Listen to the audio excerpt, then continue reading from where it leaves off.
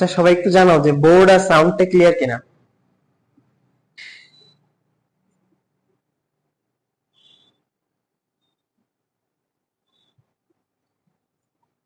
সবাই জানাও যে বোর্ড আর সাউন্ডটা ক্লিয়ার কিনা।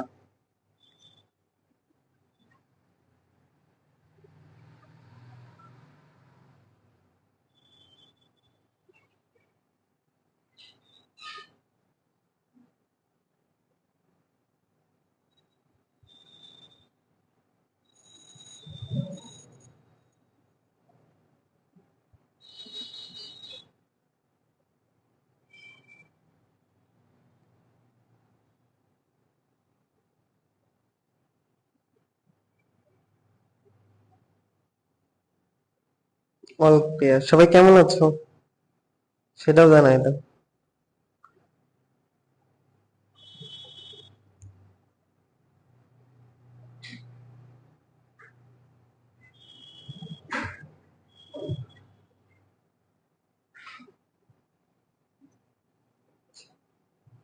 বাকিরা সব কই? সবাই দ্রুত আসবা, আজকে ক্লাস কিন্তু ডিলিট করে দিও, বলছি যখন সত্যি সত্যি ডিলিট করবো। আজকে ক্লাসটা রাখার কোনো সুযোগ নাই।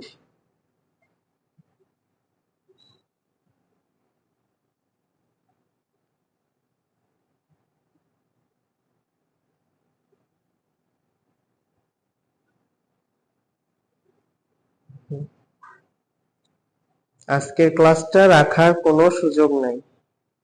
সবাই দ্রুত আসবা, সবার ফ্রেন্ডদেরকে মেনশন দাও। 2 মিনিট টাইম নিচ্ছি।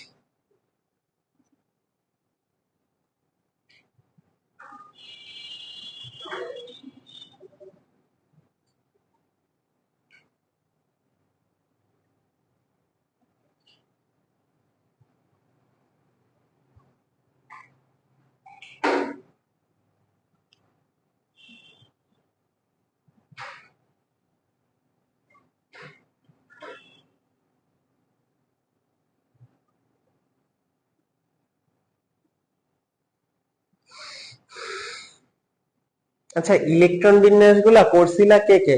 আমাকে দেখাবো না দেখাও, করছিলা কে? একটু জুম করে দে, একটু জুম করে দে।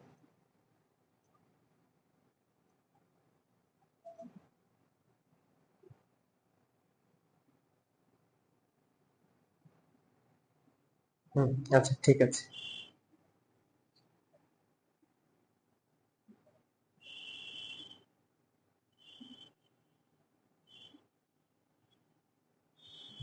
একটু চার্জে দে। ইলেকট্রন বিন্যাস গুলা করছিলা কে কে বলো তো? হ্যাঁ, রিনি করছিলা, রিনি আমাকে দেখাইছো। আচ্ছা, এখন আগের দিনের ক্লাসে আমরা হচ্ছে গতানুগতিক যে ভুলটা তোমাদের মতো ফার্স্ট ইয়ারে থাকতে পরীক্ষার খাতায় বা নিজে প্র্যাকটিস করার সময় আমি বারবার করতাম, ঠিক আছে? ওই ভুলটা বারবার করতাম, বা বোঝার ভুল হোক যা হোক, প্রথম ধাপে ওইটা আমরা করতাম। তো তোমাদেরকে যখন আমি একবারে জিনিসটা দেখাইতে চলে যেতাম, তখন তোমরা ওই জিনিসটা ক্লাসে সেই মুহূর্তে বুঝতা। কিন্তু পরবর্তীতে যখন 1 মাস পরে বা 15 দিন পরে যখন আমাদের এক্সাম হইতো, তখন তোমরা, আমি আগের দিন তোমরা হচ্ছে যে জিনিসটা আমি দেখাই দিছি সেইটাই করতা।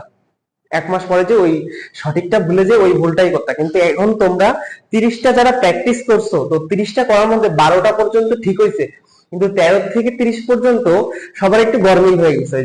ওই জায়গায় যে একটু এলোমেলো হয়ে গেছে। তো ওই জিনিসটা তোমাদেরকে ওই 17টায় বারবার নক করছে মাথায়, যে এইটা তো হয়তোবা ভুল হচ্ছে, এটা তো নিয়ম মতো ওইভাবে করলে ভুল হয়ে যাচ্ছে, আউটবাউন্ড নীতি হুন্ডের নীতি মিলছে না। তাহলে এই জিনিসটা যতবার নক করছে তোমার, এখন আমি যখন দেখাই দিব, তখন হচ্ছে পুরো জিনিসটা তোমার কাছে একদম মাথায় সেট হয়ে যাবে, তুমি এই জিনিসটা কখনো কোনোদিন ভুল করবা না। ঠিক আছে? আচ্ছা, আসো আমরা হুন্ডের নীতির ওই জিনিসটা একটু সলভ করি।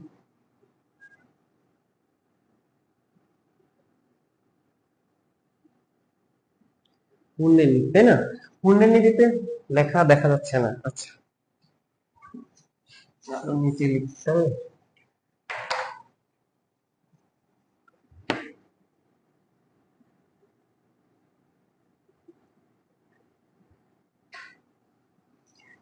এখন আশা করি দেখা যাচ্ছে। দেখো, হুন্ডের নীতিতে আমরা কি বলছিলাম, যে আমাদের ইলেকট্রন গুলা সব প্রথমে সম শক্তি সম্পন্ন অরবিটালে প্রথমে হচ্ছে সিঙ্গেল প্রবেশ করবে, একটা একটা করে প্রবেশ করবে, একটা একটা করে প্রবেশ করবে, একটা একটা করে যাবে এবং সবগুলার স্পিন সেম থাকবে, স্পিন সেম থাকবে। এরপর যদি তোমার কাছে কোনো এক্সট্রা ইলেকট্রন থাকে তাহলে সমশক্তি সম্পন্ন অরবিটালে তুমি আবার একটা করে দিবা, আবার একটা একটা করে দিবা এবং সেটার স্পিন হবে বিপরীত দিকে। আচ্ছা বলো যে এই কথাটুকু সবার কাছে ক্লিয়ার কিনা, এই কথাটুকু সবার কাছে ক্লিয়ার কিনা, সবাই আমাকে এটুকু বলো যে ভাই এই কথাটুকু আমার কাছে ক্লিয়ার।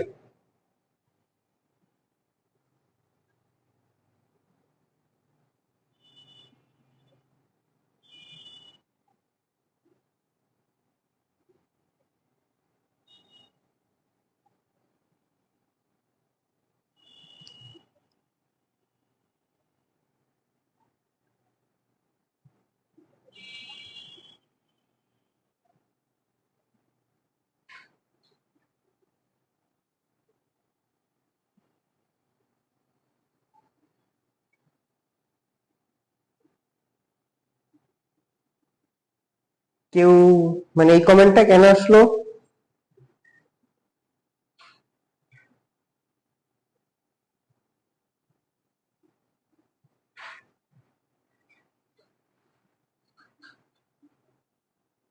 আচ্ছা বুঝতে পারছি। আচ্ছা ঠিক আছে, সমস্যা নেই, ওইদিকে আমরা ফোকাস না করি। দেখো সমশক্তি সম্পন্ন অরবিটালে একটা একটা করে ইলেকট্রন যাবে, তারপর হচ্ছে স্পিন, এখানে এই ক্ষেত্রে প্রথম ধাপে হচ্ছে আমাদের স্পিন গুলো সেম থাকবে এবং পরবর্তীতে এক্সট্রা ইলেকট্রন গুলো আবার একটা একটা করে যাবে, তখন হচ্ছে স্পিনটা বিপরীত দিকে বিপরীতমুখী হবে। এখন সবাই বলো যে এই কথাটুকু আমাদের কাছে ক্লিয়ার। সবাই একটু কমেন্ট করো ভাই, তোমরা কমেন্ট করলে দ্রুত এগোতে পারো।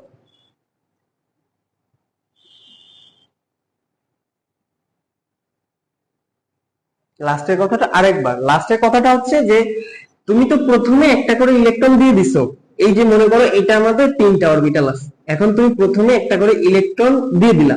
এবার আমি লাস্টে কি বলছে যে যদি তোমার কাছে এখন আরো এক্সট্রা ইলেকট্রন থাকে তখন তুমি এখানে আবার শুরু থেকে একটা একটা করে দিবা, আবার শুরু থেকে একটা একটা করে দিবা, কিন্তু সেই ক্ষেত্রে আমাদের স্পিনটা হবে বিপরীতমুখী, স্পিনটা হবে বিপরীতমুখী, স্পিনটা হবে বিপরীতমুখী, ঠিক আছে? এই যে এরকম বিপরীত দিক থেকে হবে, স্পিনটা হবে এরকম বিপরীতমুখী, এইটাই আমি বলছি। ওকে বলছো ক্লিয়ার, কিন্তু দেখো আমরা তোমরা বলতেছো ক্লিয়ার, বাংলা পড়ে ক্লিয়ার, কিন্তু একটা কথা কি এখানে বুঝতে পারছো, সমশক্তি সম্পন্ন অরবিটাল, সমশক্তি সম্পন্ন অরবিটাল এই জিনিসটা, সমশক্তি সম্পন্ন অরবিটালটা কি আমরা বলছিলাম যে হচ্ছে আমাদের পিতে, পি উপশক্তি স্তরের অরবিটাল আছে কয়টা বলো তো? তিনটা। সেটা কি কি? P X, P Y, P Z. D তে আছে পাঁচটা, D X Y, D Y Z, D Z X, D X square, Y square, D Z square. এটা আমরা চিনি কিনা? এটা তো চিনি, এগুলো আমরা জানি তাই না, আমরা আগের ক্লাসে পড়ছি। কিন্তু তোমরা আমাকে বলো তো যে এস এর এইরকম কয়টা আছে, এস এর এইরকম কয়টা আছে আমাকে বলো।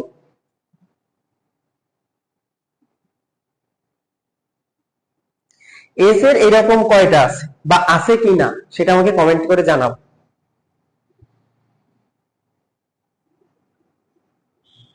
স্পিন, স্পিন হচ্ছে ঘূর্ণনের দিক, স্পিনের দিক হবে এখানে, হ্যাঁ স্পিনের দিকটা মানে ঘড়ির কাঁটার দিকে নাকি বিপরীত দিকে সেটা বলতে চাচ্ছি। এখন বলো এস এর এরকম আছে কিনা, পি এক্স ওয়াই জেড আছে, D X Y, Y Z, Z X, D X square, Y square, D Z square আছে, কারণ এস এর এরকম কোনো কিছু আছে কিনা সবাই একটু বলো। আমরা তো পড়াইছি আগে ক্লাস যে এইটা এরকম আছে কিনা, আমাকে একটু বলো তো।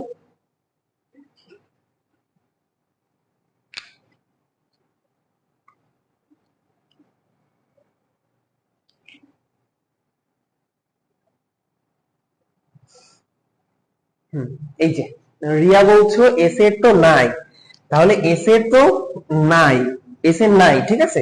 তো দেখো পি এর সমশক্তি সম্পন্ন অরবিটাল তিনটা, এই যে সেই তিনটা, এই পি এক্স এরও যে শক্তি, পি ওয়াই এরও সেই শক্তি, পি জেড এরও সেই শক্তি। আবার ডি এর ক্ষেত্রে এইরকম আছে পাঁচটা, এই একটা ডি এক্স ওয়াই এর যে শক্তি, ওয়াই জেড এরও সেই, ডি জেড এক্স এরও সেই, D X square Y square এরও সেই, ডি জেড স্কয়ার এরও তাই সেম। এইগুলো হচ্ছে সমশক্তি সম্পন্ন অরবিটাল। পি এর আছে তিনটা, ডি এর আছে পাঁচটা, এফ এর আছে সাতটা, এরকম, ঠিক আছে। কিন্তু এস এর নাই, এস এর নাই। তো আমাদের আবার এখানে বলে দিয়েছে যে সমশক্তি সম্পন্ন অরবিটালে প্রবেশ করা লাগে। যেহেতু এস এর নাই, তাই হুন্ডের নীতি এখানে লেখো, যেহেতু এস এর কোনো এরকম সমশক্তি সম্পন্ন এক্সট্রা কোনো অরবিটাল নাই, তাই হুন্ডের নীতি এস অরবিটালের জন্য প্রযোজ্য নয়। হুন্ডের নীতি এস অরবিটালের জন্য প্রযোজ্য নয়। এইটুকু কি সবার কাছে ক্লিয়ার?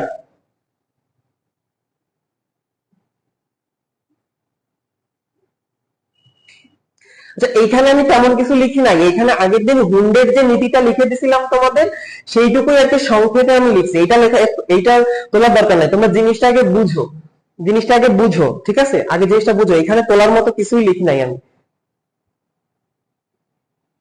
সবাই একটু বলো যে এই এস অরবিটালের জন্য যে হুন্ডের নীতি প্রযোজ্য না, এই কথাটা ব্যাখ্যাটা তোমরা বুঝছো কিনা, যে কেন প্রযোজ্য না? কারণ আমাদের এস এর কোনো সমশক্তি সম্পন্ন অরবিটালই নাই, এস একা, এস একা, এ হচ্ছে সিঙ্গেল, এর আর কোনো অরবিটালই নাই। কিন্তু পি এর তিনটা আছে, ডি এর পাঁচটা আছে, এফ এর সাতটা আছে, এরকম আছে, কিন্তু এস এর কেউ এস এর নাই। আবার আমাদের হুন্ডের নীতি কি বলছে, সমশক্তি সম্পন্ন অরবিটালে ইলেকট্রন একটা একটা করে প্রবেশ করা লাগবে। যেহেতু এস এর কেউ নাই, তাহলে এস এর জন্য হুন্ডের নীতি প্রযোজ্য না।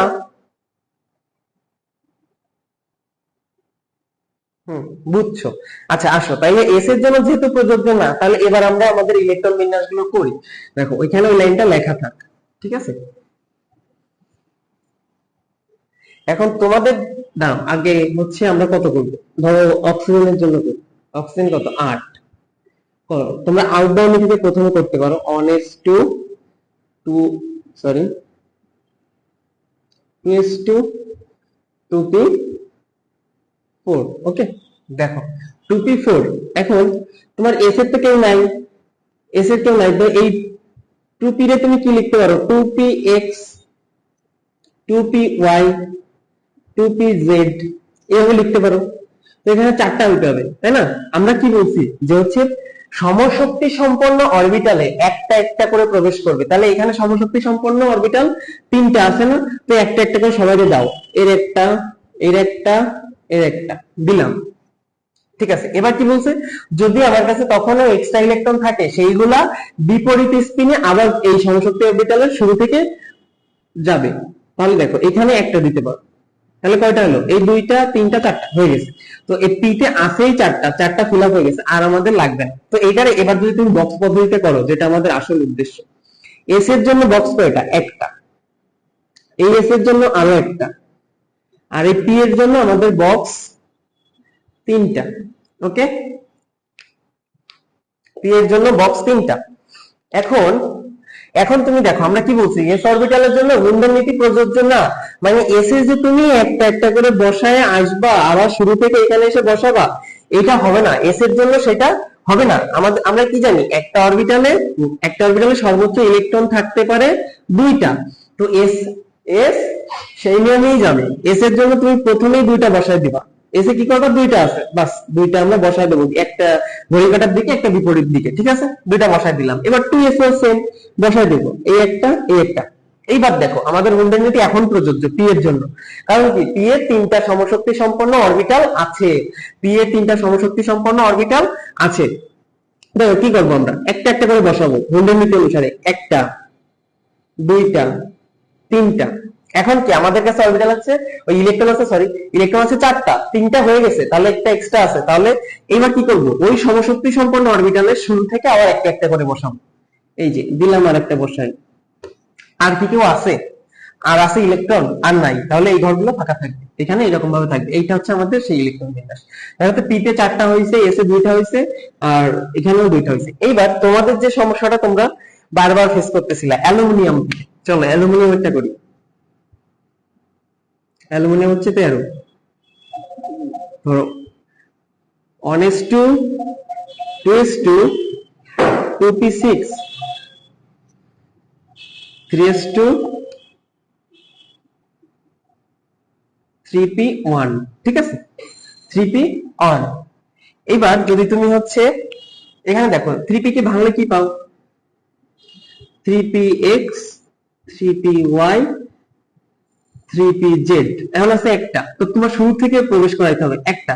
আর কি আছে আমাদের কাছে? আর নাই, তাহলে দরকার নাই। এখানে দেখো, এখানে যদি তুমি 2p দিয়ে ভাঙাইতা, 2px, 2py, 2pz, ঠিক আছে, 2pz। এখানে আছে আমাদের একটা। এখন কি এখানে তিনটা সমশক্তি সম্পন্ন অরবিটাল আছে, একটা একটা করে প্রবেশ করাইতে হবে, একটা একটা একটা। আমার কাছে আরো তিনটা এক্সট্রা আছে, কারণ এখানে আছে কয়টা? 6টা। আরো তিনটা এক্সট্রা আছে, তাহলে এখানে আরেকটা যোগ করব, আরেকটা যোগ করব, আরেকটা যোগ করব। তাহলে কয়টা হবে? কয়টা করে হবে বলো তো? এখানে হবে তাহলে হচ্ছে আমাদের 2px এ দুইটা, y তে দুইটা, z এ দুইটা। এবার হচ্ছে আমরা তাহলে জিনিসটারে বক্স পদ্ধতিতে নিয়ে যাই, বক্স পদ্ধতিতে নিয়ে যাই। এখানে যদি আমরা বক্স আঁকি, 1s এর জন্য একটা বক্স, 2s এর জন্য একটা বক্স, 2p এর জন্য আমাদের তিনটা বক্স, এই যে তিনটা, ঠিক আছে। 3s এর জন্য আবার একটা বক্স, 3p এর জন্য আবার তিনটা। এবার দেখো, এইবার হচ্ছে তোমাদের যে সমস্যাটা হচ্ছিল যে আমরা এই পর্যন্ত 3p অন করছি, কিন্তু আমরা ভুল করি কোথায়? সবগুলা একটা একটা করে আগে দিয়ে দিই, তারপর আবার শুরু থেকে আসি। তো ওই ভুলটাই আজকে সংশোধন হচ্ছে। আমরা কি বলছি? এস এর জন্য প্রযোজ্য না হুন্ডের নীতি, তাহলে তুমি এই একটা বসাই দিলা, এখানে এস এর দুইটা বসাই দিলা, শেষ। এস এর দুইটা আছে, দুইটা শেষ, কারণ এস এর জন্য হুন্ডের নীতি প্রযোজ্য না। এইবার 2s এ আবার তুমি দুইটা বসাই দাও, ঠিক আছে, শেষ। আমাদের 2s পর্যন্ত শেষ, কিন্তু 2p, p তে তো আমাদের তিনটা সমশক্তি সম্পন্ন অরবিটাল আছে, তার মানে হুন্ডের নীতি প্রযোজ্য। তাহলে এখানে কি করবো? একটা করে বসাবো প্রথমে, একটা একটা, শেষ, ঠিক আছে। কিন্তু 2p তে আমাদের আরো ইলেকট্রন আমাদের হাতে আছে, তাহলে আমরা শুরু থেকে আবার একটা করে বসাই দিই, একটা, এই যে বিপরীত স্পিনে বসাইলাম। এখন 6টা পূর্ণ হয়ে গেছে, শেষ। এবার আবার এসে আসো, এসে কয়টা? এসে দুইটা আছে, দুইটা বসাই দাও, শেষ। এখন দেখো তো এখানে পিতে কয়টা আছে? একটা, এই একটা আমরা বসাই দিলাম। আর কি এক্সট্রা আছে? তো এখানে দেওয়ার বা এর শুরু থেকে শুরু করার আর কোনো সুযোগ আছে? আর নেই। তো এখন আশা করি এই হুন্ডের নীতি নিয়ে আর কোনো প্রবলেম হবে না, হুন্ডের নীতি নিয়ে আর কোনো প্রবলেম হবে না। তো এখান থেকে তোমাদের আরেকটা কোশ্চেন যেটা আসবে, ধরো এখানেই দেখাই দিই, ধরো হচ্ছে আমরা অক্সিজেনের টাইপে দেখাই, হ্যাঁ, যে হচ্ছে ভাইয়া তাহলে ওই যে 17তম ইলেকট্রন, 18তম ইলেকট্রন, এইগুলো নির্ণয় করব কেমনে? এগুলো নির্ণয় করবা কেমনে? তুমি প্রথমে এস এ তো তুমি বসাচ্ছিলা, এস এ দুইটা বসাইছো, তার মানে কি 1 2। এবার 2 এস এ দুইটা বসাইছো, 3 4। পি তে বসাবো আমরা 5 6 7, এই যে 8 নম্বর। এখন তোমাকে যদি আমি বলি যে হচ্ছে অক্সিজেনের 8 নম্বর ইলেকট্রন কোথায় যায়, এটা হচ্ছে আমাদের 2px, তাহলে বলবা 2px এ যায়, ঠিক আছে। তো এবার তোমরা আমাকে বলো তো যে হচ্ছে অ্যালুমিনিয়ামের 12 নম্বর ইলেকট্রন, এখানে বলো এল এর 12 নং ইলেকট্রন কোন অরবিটালে? বলো, অ্যালুমিনিয়ামের 12 নং ইলেকট্রন কোন অরবিটালে যায়? যদি এটা বুঝে থাকো তাহলে এই কোশ্চেনের অ্যান্সারটা করো, যে অ্যালুমিনিয়ামের 12 নং ইলেকট্রনটা কোন অরবিটালে যায়।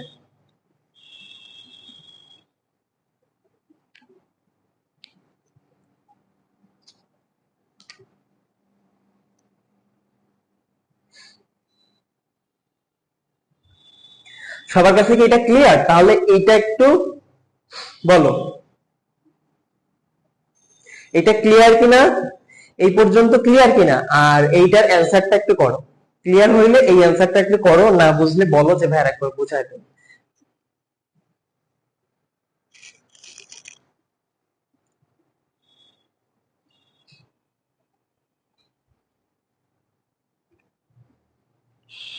একজন বলছো 3s, আচ্ছা আর কেউ একজন বলো 3s, ওকে, আর কেউ?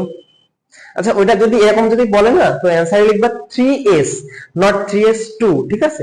তোমরা সবাই 2 লিখতেছো, 2 লেখা লাগবে না, 3s, অনলি 3s।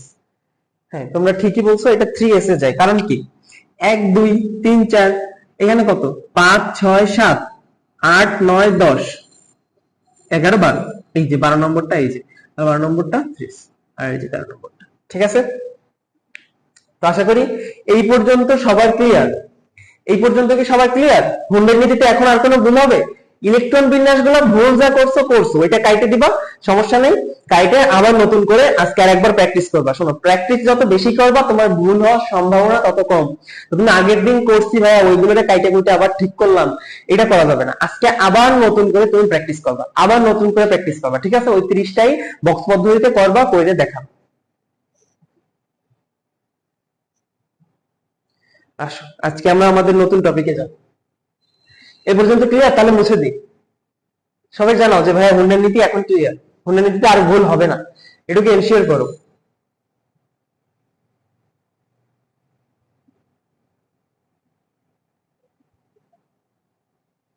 এটা এনশিওর করো আমাকে যে হুন্ডার নীতিতে আর ভুল হবে না।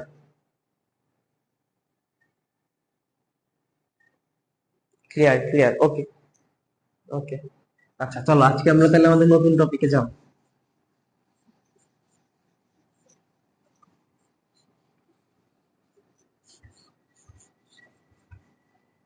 আজকে আমরা আমাদের নতুন টপিকে যাব। দেখো তোমাদেরকে হচ্ছে যখন আমি বোর পড়াইছিলাম, বোরের দ্বিতীয় একটা শর্ত ছিল বা ধারণা ছিল যে ধরো এটা হচ্ছে আমাদের কক্ষপথ কেন্দ্র, এই একটা কক্ষপথ, একটা কক্ষপথ, একটা কক্ষপথ, একটা কক্ষপথ। ঠিক আছে, তো এটা ছিল আমাদের পরমাণুর মডেল। ঠিক আছে, বোরের সেই মডেলটা। এখন ওইখানে বোর বলছিল যে হচ্ছে ইলেকট্রনকে যদি আমরা শক্তি দেই, ধরো ওই যে সেই বিল্ডিং এর কথাটা যে বিল্ডিং এর নিচতলায় থাকবে গরিব মানুষটা বা যার শক্তি কম, তো এটা যখন তুমি শক্তি দিবা বা তুমি যাই প্রচুর টাকা পয়সা দিলা, তাহলে কি বিল্ডিং এর টপ ফ্লোরে চলে যাবে। তো জিনিসটা সেই রকম যে ইলেকট্রন আমাদের এইখানে আছে, এখন ইলেকট্রনকে যদি আমরা বাইরে থেকে শক্তি প্রদান করি, তাহলে ইলেকট্রন কি করবে? ওইখানে থাকবে? থাকবে না, ওইখানে থাকবে না, সে লাফ দিয়ে এইখানে চলে যাবে, এটা হচ্ছে আমাদের প্রথম শক্তি স্তর। এটা প্রথম শক্তি স্তর বা এনার্জি লেভেল। কি বলে? প্রথম শক্তি স্তর বা ফার্স্ট এনার্জি লেভেল।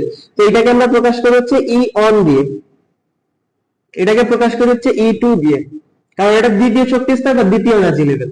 এটাকে প্রকাশ করি হচ্ছে E3 দিয়ে, এটাকে প্রকাশ করি E4 দিয়ে। মানে তুমি প্রথম এনার্জি লেভেল, দ্বিতীয় এনার্জি লেভেল, তৃতীয় এনার্জি লেভেল, চতুর্থ এনার্জি লেভেল। এখন বোর কি বললো যে হচ্ছে শক্তি যখন পাবে তখন সে উপরের শক্তি স্তরে চলে যাবে, মানে 1 থেকে 2 এ চলে যাবে। ঠিক আছে, আমাদের শক্তি কি রকম ছিল বলতো? শক্তির মানটা ছিল ঋণাত্মক, মানে এই প্রথম শক্তি স্তরের মান ছিল হচ্ছে 13.6 ইলেকট্রন ভোল্ট। ঠিক আছে, তো এই যে ঋণাত্মক মান, এখন তুমি চিন্তা করো, এটা হচ্ছে আমাদের সংখ্যা রেখা, এখানে হচ্ছে 0 আর এই পাশে হচ্ছে মাইনাস। মনে করো এইটা আমাদের মাইনাস 13.6। এখন তুমি এই 13.6 থেকে যত এদিকে যাবা, তার মানে কি এই যে এর কাছাকাছি, জিরোর কাছাকাছি যাচ্ছ, মানে মাইনাস থেকে প্লাসের দিকে যাচ্ছ, তোমার মান বাড়তিছে না কমতিছে সেটা বলো তো? তোমার মান বাড়তিছে না কমতিছে? তুমি মাইনাস বেশি থেকে মাইনাস কমের দিকে যাচ্ছ, মাইনাস 13.6 থেকে ধরে নাও এটা মাইনাস অন। এখন তাহলে এদিকে মান বাড়ছে না কমছে সেটা একটু জানাও। এদিকে কি মান বাড়ছে না কমছে? তুমি নেগেটিভ থেকে পজিটিভের দিকে যাচ্ছ, মান বাড়ছে না কমছে তোমার?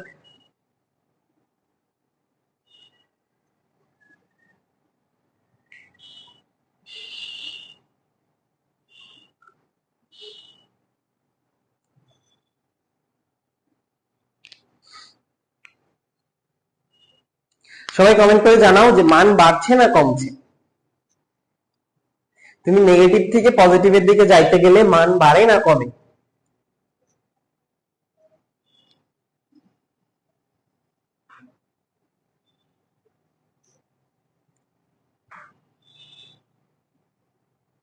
বাড়ছে, ইয়েস, আমাদের এদিক থেকে এদিকে গেলে বাড়ছে। তো আমাদের এনার্জি লেভেল 1 এর যে শক্তি, 2 এ তার থেকে শক্তি বেশি। তার মানে কি ইলেকট্রন যখন এনার্জি লেভেল 1 এ আছে, এনার্জি লেভেল অনে আছে, মানে ইয়নে আছে, তখন তার মধ্যে যে শক্তিটা আছে, তুমি যদি তার সাথে এই ইউটিউবে যাওয়ার মতো পর্যাপ্ত পরিমাণ শক্তি দিয়ে দাও, তাহলে কি করবে? এর দুধ করে লাভ দিয়ে এখানে চলে যাবে। তার মানে এই ক্ষেত্রে কি ঘটলো, শক্তি শোষণ করলো, শক্তি শোষণ করলো। কিন্তু এই শোষণকৃত শক্তি ইলেকট্রন যেহেতু ওটা একটা খুব ক্ষুদ্র কণা, তো তো ও অতটা শক্তি নিয়ে আর কি বেশিক্ষণ থাকতে পারে না, খুব অল্প সময়ের মধ্যে ও আবার এখানে নেমে আসে, আবার এখানে নেমে আসে। তার মানে কি, তুমি এই যে এইখানের এই মানুষটারে তুমি ধরো এরে তুমি দিলা 10 লাখ টাকা দিলে 10 লাখ টাকা দিছো, কিন্তু এই উপরে গেছে, কিন্তু এ কি করছে, এই 10 লাখ টাকাটা ভালোভাবে ইউজ করতে পারে নাই, সে খুব দ্রুত দ্রুত এটাকে খরচ করে ফেলছে। খরচ করে ফেলছে কি মানে টাকাগুলো তার থেকে সরে গেছে।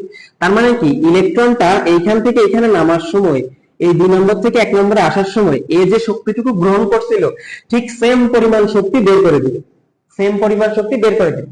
আর এই যে যে বের করা শক্তি, এই যে যে বের করার শক্তি, এটা কিভাবে বের হয় জানো, এটা বের হয় হচ্ছে তরঙ্গ আকারে, এটা বের হয় তরঙ্গ আকারে। তো এই তরঙ্গটা আচ্ছা ধরো একবারে সবটুকু শক্তি ইলেকট্রন ছেড়ে দেয় না, একবারে সবটুকু ছেড়ে দেয় না। ইলেকট্রন কি করে, এ মনে করো হচ্ছে প্রথমে এইটুকু ছাড়লো, এটুকু গেল, এবার তারপর আরো একটু ছাড়লো, তারপর আরো একটু ছাড়লো, তারপর আরো একটু ছাড়লো। ঠিক আছে, এইভাবে করে সে হচ্ছে ওই শক্তিটা ছেড়ে দেয়, এইভাবে করে সে ওই শক্তিটা ছেড়ে দিচ্ছে।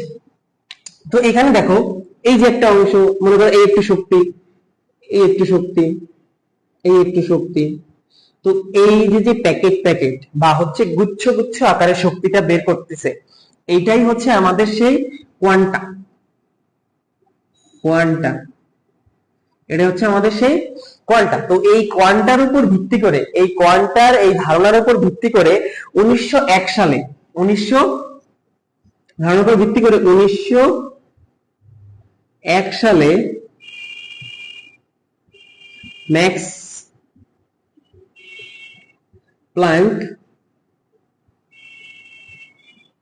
ম্যাক্স প্ল্যাঙ্ক হচ্ছে একটা সূত্র দিছিল, সেটা কি বলতো, সেটা কি, সেটা হচ্ছে আমরা ওই যে আগে তোমাদের হচ্ছে ডি ব্রগলি সমীকরণ নির্ণয় প্রমাণের সময় দেখাইছিলাম, সেটা ছিল হচ্ছে আমাদের ডেল ই সমান সমান এইচ নিউ। এখানে ডেল ই কি ভাই, ডেল ই হচ্ছে এই যে ই1 থেকে যে ই2 তে আসলো, বা ইলেকট্রন যে ই1 থেকে ই2 তে আসলো বা ই2 থেকে ই1 এ গেল, এই যে এই দুইটা শক্তি স্তরের মধ্যে শক্তির পার্থক্য, দুইটা শক্তি স্তরের মধ্যে শক্তির পার্থক্য, অর্থাৎ এটাকে যদি আমরা লিখি, যেহেতু ই2 এর মান বড়, ই2 minus E1 is equal two H new. ঠিক আছে, সূত্রটা এইভাবেও লেখা যায়, আবার এইভাবেও লেখা যায়। তো সবাই আমাদের বলো যে এইটুকু ক্লিয়ার, সবাই বলো যে ভাই এইটুকু ক্লিয়ার। আচ্ছা দেখো, তোমরা হচ্ছে এইটা তো আমাদের ফ্রি সাইকেল, সাইকেল অন। তো ফ্রি সাইকেলে হচ্ছে তোমরা অনেকে ক্লাস ধরো আজকে করছো, প্রিয়ম্বরের ক্লাসটা করলাম 6টার সময়, 9টায় কেমিস্ট্রি ক্লাস করলাম না, বা হচ্ছে 9টায় কেমিস্ট্রি ক্লাস করলাম, ম্যাথ ক্লাস করলাম না। তোমরা এরকম করো, ফ্রি যখন জিনিসটা দেই তখন হচ্ছে তোমরা এরকম করো, কেউ রেগুলার থাকো না, কন্টিনিউয়াস থাকো না, কিন্তু পেইড সাইকেলে যায় ঠিকই, যখন সাইকেল 2 তে ক্লাস শুরু হবে তখন দেখা যাবে যে হচ্ছে আমাদের সাথে যতজন যুক্ত হইছো সব কয়টা রেগুলার ক্লাস করতেছো। আর এই ফ্রি সাইকেলে হচ্ছে তোমরা রেকর্ডেড ক্লাস করবো না, এই বাহানা ওই বাহানা এইসব বাহানা দাও, মানে তোমরা হচ্ছে যখন এর পিছনে কিছু টাকা দাও তখন হচ্ছে তোমাদের গায়ে লাগে, কিন্তু ফ্রিতে যে ভালো জিনিস দিচ্ছি সেটা তোমরা গায়ে লাগাও না। তো এর জন্য কি হয় যে হচ্ছে তোমরা অনেকে পিছায় পড়ো, যে হুট করে আজকে ক্লাসে নতুন আসছে বা আগের 2টা ক্লাস করে নাই আজকে ক্লাসে আসছে, তো ওর কিছু না কিছু বুঝতে সমস্যা হবেই, কারণ আগের ক্লাসের সাথে কিছু পরিমাণ তো রিলেশন থাকেই প্রত্যেকটা ক্লাসে, তাই না? তো তারপরে যে ইনবক্সে মেসেজ দেয়, ভাই এটা বুঝি নাই, ওইটা বুঝি নাই, তো তুমি রেগুলার ক্লাসগুলো করতা তাইলে দেখতা তুমি বুঝো বুঝো বুঝো নাই কিনা। আমি তারপরেও বুঝাই দিই, সমস্যা নাই, বুঝাই দেই, কিন্তু তোমরা সবাই চেষ্টা করবে রেগুলার লাইভ ক্লাস করার। আর আজকে আমি সত্যি ক্লাসটা ডিলিট করে দিব, তো যারা করতেছো না করো না, আমার কোনো আপত্তি নেই, শেষ অবধি থাকো। আজকে হয়তো বা একটু লেন্দি হতে পারে, কারণ আজকে হচ্ছে আমরা পুরো এই বর্ণালী বা শক্তি শোষণ বর্ণালী, বিকিরণ বর্ণালী সব জিনিসটা শেষ করব, এর কিছু ম্যাথ দেখাবো, ঠিক আছে? আজকেই তোমাদের ফ্রি সাইকেল বা অর্থাৎ সাইকেল অনেক কেমিস্ট্রি লাস্ট ক্লাস। ফ্রি সাইকেলে কিন্তু এমন না ফ্রি সাইকেল শেষ, ফ্রি সাইকেলে তোমাদের প্রিয়ম ভাইয়ের ক্লাস থাকবে এখনো, তারপর হচ্ছে বায়োলজি ক্লাস থাকবে, আর হচ্ছে তোমার পার্বণ ভাইয়ের ক্লাস থাকবে, ঠিক আছে? তো এখনো অনেক সিলেবাস বাকি ফ্রি সাইকেল। তো এই পর্যন্ত আশা করি সবার কাছে ক্লিয়ার।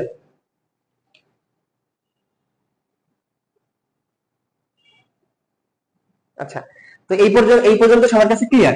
তো এইটা আমাদের ম্যাক্স প্ল্যাঙ্ক দিয়ে গেল। এরপরে আইনস্টাইন কি বললো? আইনস্টাইন এই সেম জিনিসটাকে আলোর সাথে তুলনা করে ফেললো, যে আলো তো ওইভাবে গুচ্ছ গুচ্ছ আকারে আসতেছে, একটা প্যাকেট আকারে আসতেছে, এই যে এইখানে দেখুন ইলেকট্রনটা যেভাবে শক্তি নির্গত করতেছে। তো আইনস্টাইন 1905 সালে এই সূত্রটা দিল, E is equal to mc square, আইনস্টাইনের সেই বিখ্যাত সূত্র। তো এই দুইটা সূত্র মিলে হচ্ছে আমরা সেদিন ডি ব্রগলির সমীকরণটা প্রমাণ করছিলাম। তো এই যে এই জিনিসগুলো হচ্ছে এক একটা তরঙ্গ, এই জিনিসগুলো এক একটা তরঙ্গ। তো এইটা যেহেতু তরঙ্গ, তো তোমরা যখন তরঙ্গ সম্পর্কে আরো বিস্তারিত জানবা, আমি মুছে দিই, হ্যাঁ এটুকু মুছে দিই, এটা আবার আঁকাবো যখন দরকার হবে, আবার আঁকাবো। তরঙ্গে কিছু জিনিস এবার আমরা একটু দেখে নিই। দেখো দেখো এইটা যদি আমরা ধরি একটা তরঙ্গ, এই যে ইলেকট্রন এইভাবে একটা তরঙ্গ আকারে আমাদের শক্তি নির্গত হয়, ঠিক আছে? তো শক্তি নির্গত হয়। এখন দেখো যদি তুমি হচ্ছে এইখানে একটা পয়েন্ট দাও, আর এই যে দেখো তো বৃত্তের, ধরো একটা বৃত্ত, এটা হচ্ছে আমাদের একটা বৃত্ত, হ্যাঁ এটা দুই ভাগ করো, এই একটা অংশ, এই একটা অংশ, ঠিক আছে? তো এইখানেও সেম জিনিস, ধরো হচ্ছে তুমি এইখান থেকে যদি তুমি দাগ টানো, তো তোমার এই যে সেই বৃত্তের একটা অংশ আর এই যে একটা অংশ, ঠিক আছে, এই দুইটা মিলে হচ্ছে আমাদের একটা পূর্ণ ঘূর্ণন বা একটা পূর্ণ তরঙ্গ। এটা কি? এই যে এইখান থেকে এই পয়েন্ট পর্যন্ত, মানে এই যে এইটুকু প্লাস এইটুকু, এটা হচ্ছে আমাদের পূর্ণ তরঙ্গ, ঠিক আছে? আবার দেখো এই যে এই পয়েন্ট, এই যে একদম মাথার পয়েন্ট আর এই মাথার পয়েন্ট, এই টোটাল জিনিসটা হচ্ছে আমাদের ল্যামডা, বাকি তরঙ্গ দৈর্ঘ্য, ঠিক আছে? এই দুটা জিনিস জানো, তরঙ্গ দৈর্ঘ্য আমরা বুঝলাম। এইবার এই যে তরঙ্গের একটা বেগ আছে, তোমাদের কিছু সাধারণ নরমাল সমীকরণ দেখাবো। তরঙ্গ বেগ, এটা প্রকাশ করা হয় ভি বা c is equal to f lambda. এবার দেখো এফ ল্যামডা, এখন এই ভি বা সি কি? ভি বা সি হচ্ছে তরঙ্গের বেগ, এগুলোর পরিচয় আমাদের জানা লাগবে, ঠিক আছে? এই এফ, এটা হচ্ছে কম্পাঙ্ক, এটা হচ্ছে কম্পাঙ্ক। ল্যামডা কি? ল্যামডা তরঙ্গ দৈর্ঘ্য, ঠিক আছে? এখন কেমিস্ট্রিতে এই এফ টারে এফ হিসাবে ইউজ না করে এই কম্পাঙ্করে প্রকাশ করা হয় নিউ দিয়ে। এই নিউটার সাথে তোমরা পরিচিত, আগের ক্লাস দেখাইছি নিউ দিয়ে। এই এফ কে আমরা এখানে লিখতে পারি নিউ, ঠিক আছে? কোনো সমস্যা নাই, সেম জিনিস সেম জিনিস। এখন কথা হচ্ছে মানে এই যে শক্তি, বর্ণালীর যে শক্তি, এটাকে প্রকাশ করার জন্য আরেকটা একক ব্যবহার করা হয়, আরেকটা একক ব্যবহার করা হয়। এগুলো একটু ছোট ছোট করে লিখে নাও, হ্যাঁ? এই যে তড়িৎচুম্বকীয় বর্ণালীর, লেখা হচ্ছে তড়িৎচুম্বকীয় বর্ণালীর শক্তি প্রকাশের জন্য অন্য একটি একক ব্যবহার করা হয়, সেটি হলো নিউ বার। সেটি হলো নিউ বার। নিউ বার কি?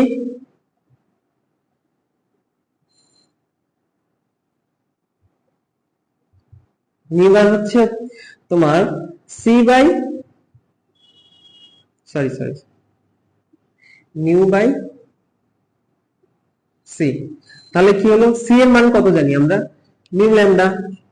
তাহলে নিউ বাই নিউ ল্যামডা, তাহলে কত আসে দেখো তো, নিউ কাটা যায়, তাহলে হচ্ছে 1 বাই ল্যামডা, নিউ বাই সমান 1 বাই ল্যামডা।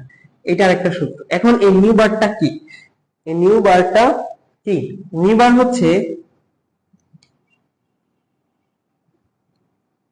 নিউ বার মানে নিউ লিখে মাথার উপরে একটা দাগ, এটা হচ্ছে আমাদের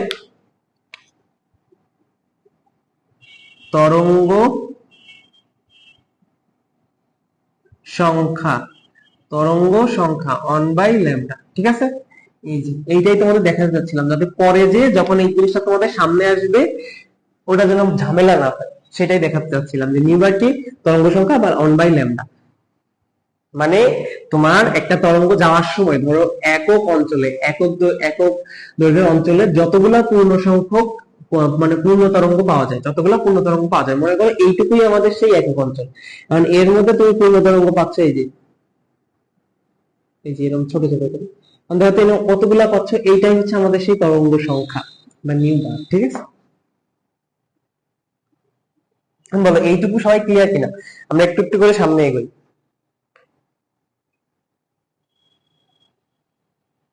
আজকে ক্লাসে অনেক মজা আছে, দেখবা হচ্ছে এবার আমরা বর্ণালীতে ঢুকবো, বর্ণালীতে দেখবো অনেক মজা আছে। মুছে দিলাম, হ্যাঁ মুছে দিলাম।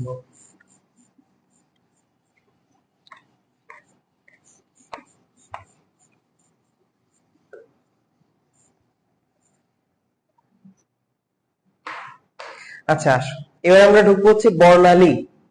এবার ঢুকবো হচ্ছে বর্ণালীতে। দেখা তো না, বর্ণালী।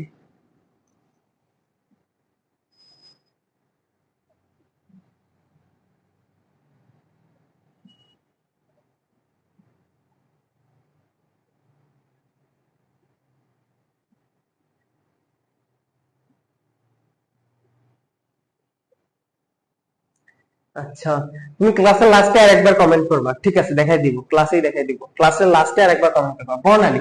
এখন এই বর্ণালী জিনিসটা কি? বর্ণালী জিনিসটা হচ্ছে কি? বর্ণালীটা হচ্ছে ওই যে আমরা যেটা বললাম যে হচ্ছে শক্তিটা এরকম গুচ্ছ গুচ্ছ আকারে বের হয়ে যাচ্ছে আমাদের ইলেকট্রন যখন আসতেছে। তো এই জিনিসটাকে যখন হচ্ছে তুমি একটা ফটোগ্রাফিক প্লেট, ফটোগ্রাফিক প্লেট কি, যেটা হচ্ছে কোনো শক্তি নিয়ে সেই শক্তিটা বা শক্তি বা কোনো আলোকে শোষণ করে, আলো কি এক প্রকার শক্তি, ওই আলোটাকে শোষণ করে সেটা কোন কালারের বা কত তরঙ্গ দৈর্ঘ্যে সেই জিনিসটা প্রকাশ করতে পারে, এটা হচ্ছে আমাদের সেই ফটোগ্রাফিক প্লেট। তো ফটোগ্রাফিক প্লেট যখন নিবা, এরকম ইলেকট্রন ধরো তৃতীয় শক্তি স্তর থেকে প্রথমে আসছে বা প্রথম থেকে দ্বিতীয়তে আসছে, এরকম করে সরি দ্বিতীয় থেকে প্রথমে আসছে, এরকম যখন এক একটা থেকে আসে, এরকম যদি তুমি ফটোগ্রাফিক প্লেটে প্রত্যেকটা তরঙ্গ দৈর্ঘ্যকে সংগ্রহ করো, তখন দেখবা এইখানে একটা কালার হচ্ছে, এরকম আরেকটা কালার হচ্ছে, আরেকটা কালার হচ্ছে, আরেকটা কালার হচ্ছে, আরেকটা কালার হচ্ছে। তো এই যে যে কালারের যে একটা সৃষ্টি হয়, কালারের যে একটা ঝালর এটা সৃষ্টি হয়, তো এই জিনিসটাকেই বলে হচ্ছে আমাদের বর্ণালী বা স্পেকট্রাম। বর্ণালী বা স্পেকট্রাম, ঠিক আছে? তো বর্ণালী বা স্পেকট্রাম, এখন বর্ণালী হচ্ছে বিভিন্ন প্রকারের আছে, বর্ণালী হচ্ছে বিভিন্ন প্রকারের আছে। এখন বর্ণালীর ধরনটা আমরা একটু দেখি। বিভিন্ন প্রকারের বর্ণালীর মধ্যে এখন লেখো উৎপত্তি অনুসারে, উৎপত্তি অনুসারে দুই প্রকার। এক হচ্ছে কি শোষণ বর্ণালী, দুই হচ্ছে কি বিকিরণ বর্ণালী। ঠিক আছে, শোষণ বর্ণালী, বিকিরণ বর্ণালী। এখন ভাই শোষণ বর্ণালী কি, বিকিরণ বর্ণালী কি? শোষণ বর্ণালী কোনটা? এই যে ধরো, এই যে কেন্দ্র, এখন মনে করো তুমি শক্তি দিলা, তুমি ইলেকট্রনকে শক্তি দিলা, ইলেকট্রন ধরো সেই মানুষ, তুমি তারা টাকা দিলা, সে টাকা নিয়ে উপরের তলায় গেল, তার মানে কি তোমার দেয়া টাকাটা বা তোমার দেয়া বাইরের থেকে দেয়া শক্তিটা সে শোষণ করলো, নিজের কাছে নিল, তারপর সে উপরের দিকে গেল। এটাই হচ্ছে সেই শোষণ বর্ণালী। মানে কি, তোমার শক্তি শোষণ করে নিম্ন শক্তি স্তর থেকে উচ্চ শক্তি স্তরে যাবে। শোষণ বর্ণালী কি নিম্ন থেকে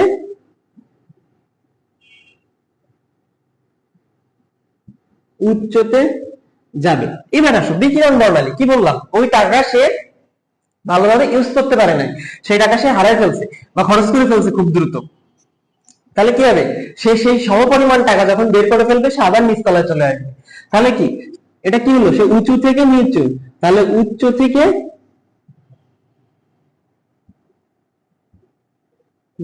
নিম্নতে যাবে। এইটা কি হবে, উচ্চ থেকে নিম্নতে গেলে কি হবে, সেই টাকাগুলো তার বের করে দেওয়া লাগতেছে। ওই যে টাকা বের করার সময় বা ইলেকট্রন ওই যে শক্তি বিকিরণ করে দিল, ওই শক্তি বিকিরণের সময় যে তরঙ্গ দৈর্ঘ্যের আলো বের হয় বা আমাদের এই ফটোগ্রাফিক প্লেটে যে এই আলোর সজ্জাটা আমরা পাই, সেইটাই হচ্ছে আমাদের বিকিরণ বর্ণালী।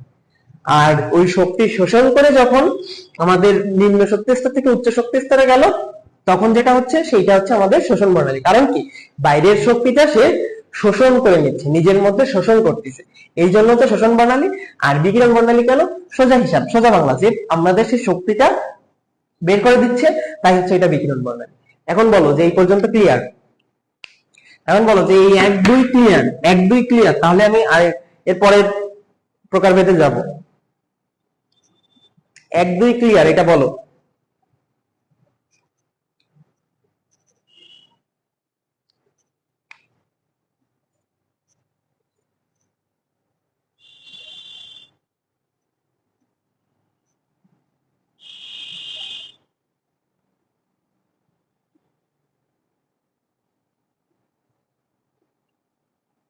হুম, 1 2 ক্লিয়ার, ওকে। আসো, এবার আসো।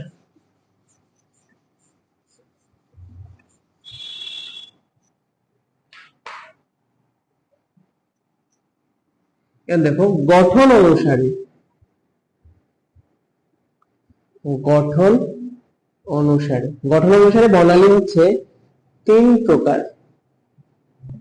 ঠিক আছে, 3 প্রকার। কি কি? এক হচ্ছে পারমাণবিক বর্ণালী,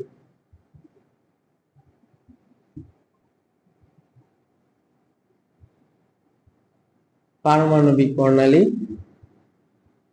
2 হচ্ছে আণবিক।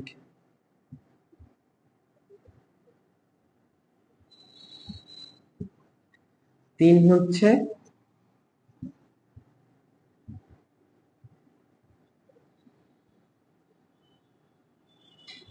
নিরবিচ্ছিন্ন বর্ণালী। এখন কোনটা কি? পারমাণবিক বর্ণালী। পারমাণবিক বর্ণালী জিনিসটা কি? পারমাণবিক বর্ণালী হচ্ছে তুমি যে পরমাণু, মানে আমরা যেটা নরমালি বলতেছি যে হচ্ছে এইটা একটা পরমাণুর গঠন, ইলেকট্রন এখান থেকে গেল আসলো, ইলেকট্রন এখান থেকে গেল আসলো, ওই যে সেই শোষণ বর্ণালী, বিকিরণ বর্ণালী, এটা হচ্ছে পারমাণবিক বর্ণালীর অন্তর্ভুক্ত। ঠিক আছে, শোষণ বর্ণালী, বিকিরণ বর্ণালী পারমাণবিক বর্ণালীর অন্তর্ভুক্ত। অর্থাৎ একটা পরমাণুর ইলেকট্রনকে তুমি যখন এক্সট্রা শক্তি প্রদান করবা, ইলেকট্রনটাকে উত্তেজিত করবা, তখন ইলেকট্রনটা নিম্ন শক্তি স্তর থেকে উচ্চ শক্তি স্তরে যাবে। এই যে নিম্ন শক্তি স্তর থেকে উচ্চ শক্তি স্তরে গেল, এই যে নিম্ন শক্তি স্তর থেকে উচ্চ শক্তি স্তরে গেল, তো এইটাই হচ্ছে যখন তুমি ফটোগ্রাফিক প্লেটে দেখবা, তো সেইটাই হচ্ছে আমাদের সেই পারমাণবিক বর্ণালী। ঠিক আছে, এবার আসো আণবিক বর্ণালী। অণু কি? অণু জিনিসটা কি বলতো? অণু হচ্ছে সেটা যেটা হচ্ছে তোমার এক বা সরি 2 বা ততোধিক পরমাণু নিয়ে যেটা গঠিত হয়, সেটা হচ্ছে তোমার অণু। তো অণুতে কি হচ্ছে, আমাদের একের অধিক পরমাণু আছে। তো তুমি কি করবা, ওই যে পরমাণুগুলো একে অপরের সাথে যুক্ত আছে, তো অণুর মধ্যেও কি ওই যে সেই পরমাণুগুলোর যে গঠন, তুমি একটাতে নিলা, নিয়ে হচ্ছে উত্তেজিত করলা, অণুর একটা অংশকে নিলা, তো এটাকে হচ্ছে তুমি উত্তেজিত করলা। এখন মনে করো, দাঁড়াও, এই যে হচ্ছে আমাদের, ধরো এখানে ধরো এক এক গামলা পানি আছে, হ্যাঁ, এক গামলা পানি আছে। পানি কি, এখানে অনেক অণু আছে না? তো এর মধ্যে থেকে তুমি একটা অণুরে নিবা, একটা অণু, পানির একটা অণুরে নিবা। এবার একটা অণুরে নিয়ে এটা তুমি উত্তেজিত করবা বা অতিরিক্ত পরিমাণ তাপ দিবা বা শক্তি দিবা। শক্তি দিয়ে এবার তুমি এটা কোনো গ্যাসীয় মাধ্যমে চালনা করবে। এবার শক্তি দিলে কি হবে, এটা অনেক উত্তেজিত বা যখন তুমি অনেক তাপ দিবে অনেক বেশি উত্তপ্ত হবে। তো এটা তুমি কোনো গ্যাসীয় মাধ্যমে যখন চালনা করবা, তো এ না ঠিক সেই রকম ভাবে এই পরমাণুর মতো, এই যে পারমাণবিক বর্ণালীর মতো, এ ঠিক সেইভাবে কিছু শক্তি গুচ্ছ গুচ্ছ আকারে বের করে দেবে। তো এই জিনিসটা কি হয়, এটাকে বলা হয় হচ্ছে গুচ্ছ বর্ণালী। এটাকে কি বলা হয়? গুচ্ছ বর্ণালী। কারণ কি, এ যদিও বা এই যে পারমাণবিক বর্ণালীটা কি করে, এইরকম এরকম করে এক একটা করে অংশ বের করে, কিন্তু এই আণবিক বর্ণালীর ক্ষেত্রে কি হয়, যেহেতু হাইড্রোজেন একটা আছে, অক্সিজেন একটা আছে, তো 2টা পরমাণু আছে, 2টা পরমাণু 2 রকমের শক্তি দেবে, তো এরা এইরকম এক একটা গুচ্ছ গুচ্ছ আকারে হচ্ছে এক একটা শক্তি বের করে, গুচ্ছ গুচ্ছ আকারে এইরকম একটা গুচ্ছে বের করে। ঠিক আছে, অনেকগুলা শক্তির তরঙ্গ দৈর্ঘ্য থাকে, গুচ্ছ আকারে বের করে। তো এটা আরেকটা নাম হচ্ছে গুচ্ছ বর্ণালী, এই জন্য এর আরেক নাম হচ্ছে গুচ্ছ বর্ণালী। ঠিক আছে, আচ্ছা আসো এইবার হচ্ছে নিরবচ্ছিন্ন বর্ণালী। নিরবচ্ছিন্ন বর্ণালী, নিরবিচ্ছিন্ন বর্ণালী কি? নিরবিচ্ছিন্ন বর্ণালী কি? নিরবিচ্ছিন্ন বর্ণালী তোমরা বোঝার আগে শুধু জেনে নাও, নিরবিচ্ছিন্ন বর্ণালী হচ্ছে আমাদের রংধনু। নিরবিচ্ছিন্ন বর্ণালীকে আমাদের রংধনু। রংধনু কি? নিরবিচ্ছিন্ন বর্ণালী। ঠিক আছে, রংধনু হচ্ছে আমাদের নিরবিচ্ছিন্ন বর্ণালী। রংধনু কি হয়, যে ওই যে আমাদের হচ্ছে যখন তুমি বৃষ্টির পর দেখো, বৃষ্টির পর কি বাতাসের আর্দ্রতা একটু বেড়ে যায় না, ছোট ছোট পানির কণা কি বৃষ্টি মানে বাতাসের সাথে মিশে থাকে, তখন যখন সূর্যের আলোটা আসে, ওইটা কি করে, সূর্যের আলো আসলে ওই পানির কণাগুলো আলোটারে প্রতিসরিত করে, মানে আলোর প্রতিসরণ ঘটে। প্রতিসরণ ঘটলে পরে হচ্ছে যায় তোমার রংধনু, মানে 7টা কালারে একটা ব্যান্ড তৈরি হয়, তারপর হচ্ছে আমাদের এই রংধনুটা তৈরি হয়। এটাই হচ্ছে সেই রংধনুটাই হচ্ছে নিরবিচ্ছিন্ন বর্ণালীর উদাহরণ। এটা কিসের ফলে সৃষ্টি হয়? আলোর প্রতিসরণের ফলে। আলোর প্রতিসরণ তোমাদের পার্বণ ভাবে পড়াবে, আলোর প্রতিসরণ ফিজিক্স সেকেন্ড পেপারে প্রতিসরণ প্রতিফলন সব পড়াবেন, ঠিক আছে? আচ্ছা আসো, তো আমাদের বর্ণালীর প্রকারভেদ শেষ। বর্ণালীর প্রকারভেদ শেষ। তো এতক্ষণ যত কথা বললাম এইগুলা কিন্তু সেই বোর মডেল থেকেই আসছে। আমাদের বোর মডেলের পড়া এখনো শেষ হয় নাই। বোর মডেলের পড়া এখনো শেষ হয় নাই, ঠিক আছে? তো এখনো আজকে শেষ হবে, আজকে বোর মডেলের পড়া শেষ হবে। তো আসো, এইটুকু এই পর্যন্ত ক্লিয়ার? আমি মুছে দিব, এটুকু মুছে দিব, সামনে যাব। এই পর্যন্ত ক্লিয়ার? মুছে দিব। এগুলো না অনেক মজার জিনিস, বুঝছো? এটা নিয়ে একটা নিয়ে পড়লে অনেক পড়া যায়, কিন্তু তোমাদের হচ্ছে আমরা অনেক এটা নিয়ে যদি তুমি পড়ো, যখন হচ্ছে তুমি সামনে যাবা, ওই যে কি বলে ওটা রে, ভুলে গেছি নামটা, মনে নাই। আচ্ছা, একটা সাবজেক্টে আছে, ঠিক আছে? এগুলা নিয়ে তো অত বিস্তারিত তোমার এখন জানা দরকার না, বা তোমার ওইটা জেনে সময় নষ্ট করার দরকার না, কারণ ওইটা থেকে তুমি কিছুই পাবা না। তোমার এখানে এটা সম্পর্কে একটা ধারণা দরকার, এর সংজ্ঞাটা দরকার। এটা অণুর ক্ষেত্রে হয় না, পরমাণুর ক্ষেত্রে হয়, এর অন্য কোনো নাম আছে কিনা এগুলো জানা দরকার, এর মধ্যে প্রকারভেদ আছে কিনা এটা জানা দরকার। কিন্তু এটার মধ্যে ম্যাথ আছে, এটার মধ্যে সূত্র আছে, ওই জেনেতে তোমার লাভ নেই।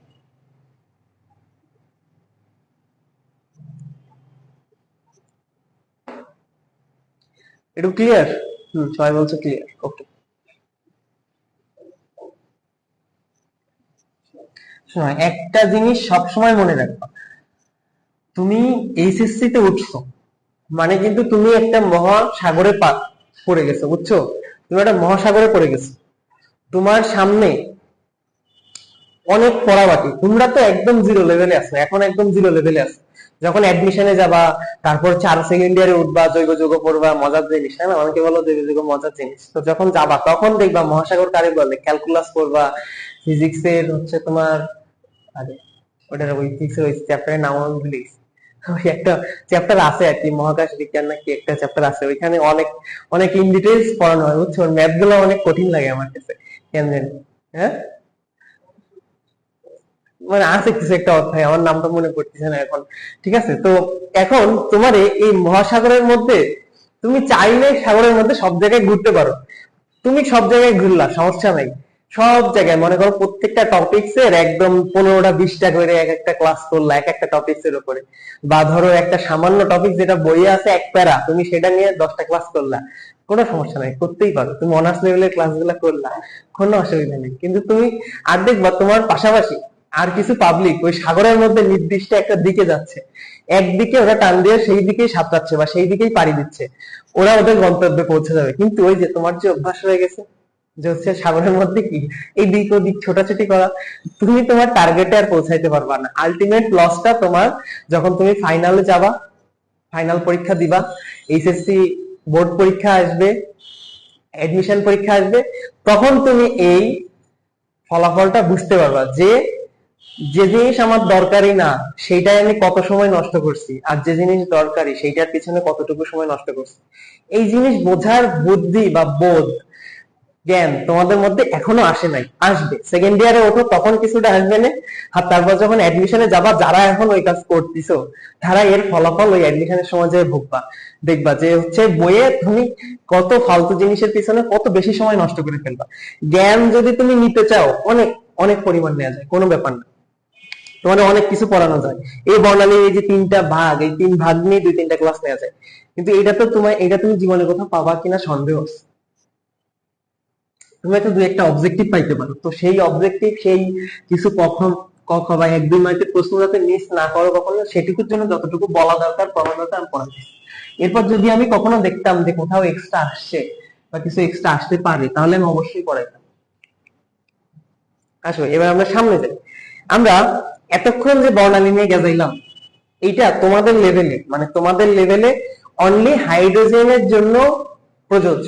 অনলি অনলি হাইড্রোজেন পরমাণুর জন্য হচ্ছে আমরা এই কাজগুলো করব। তোমরা যা করবা, তোমরা যেটুকু জানবা সেইটা হচ্ছে হাইড্রোজেন পরমাণুর জন্য।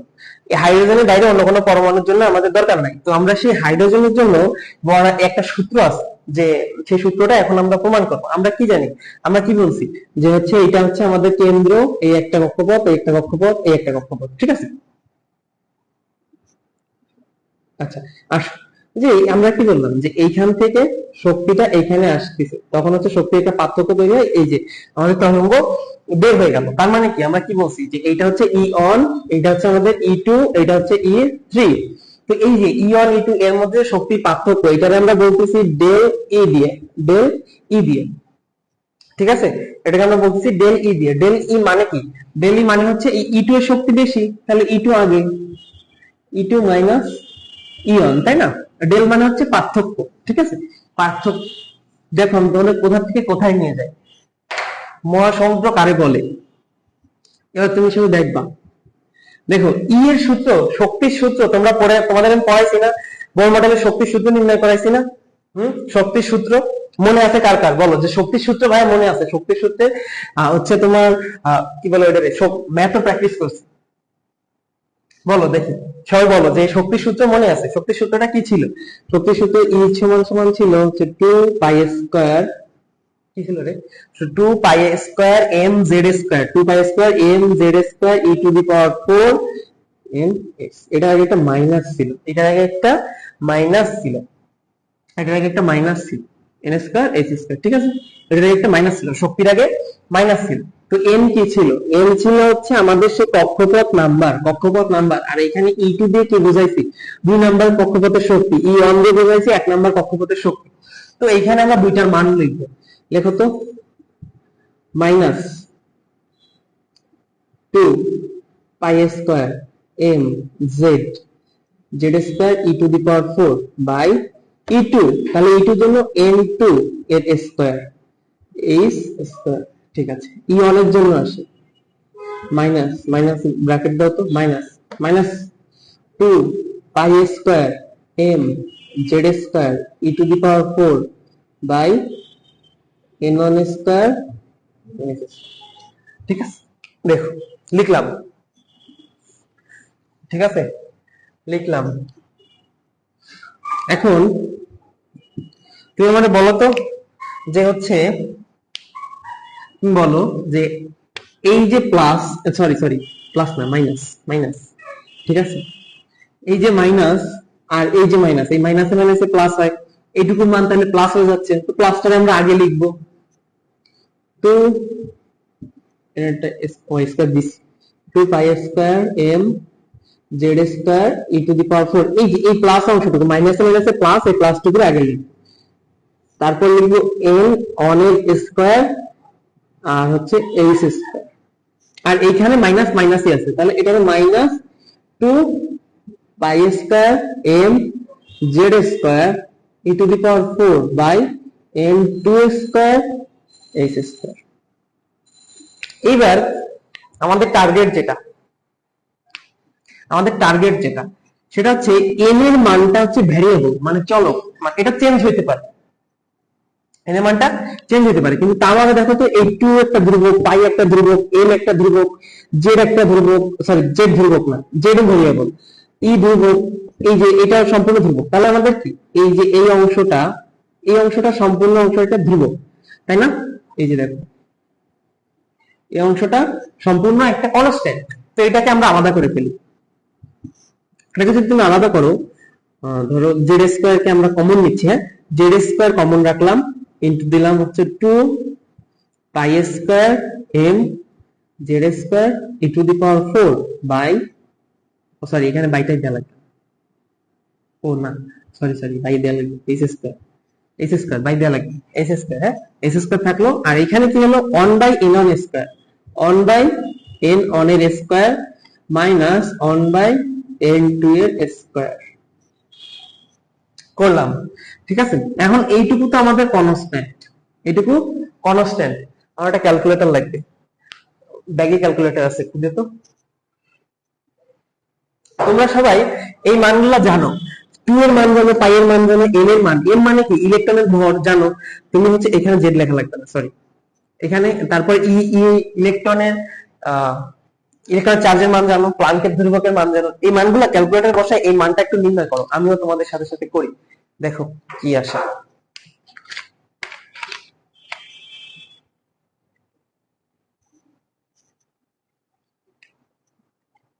আমিও তোমাদের সাথে সাথে করছি, সবাই ক্যালকুলেটরে এই মানটা এই মানগুলো বসায় একটু নির্ণয় করো।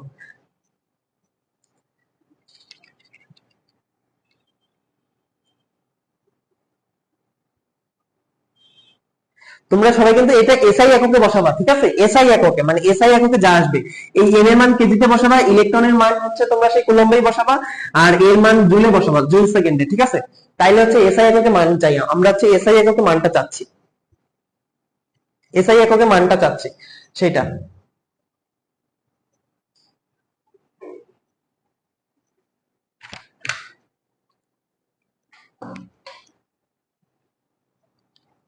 সবাই একটু করো টু এসআই।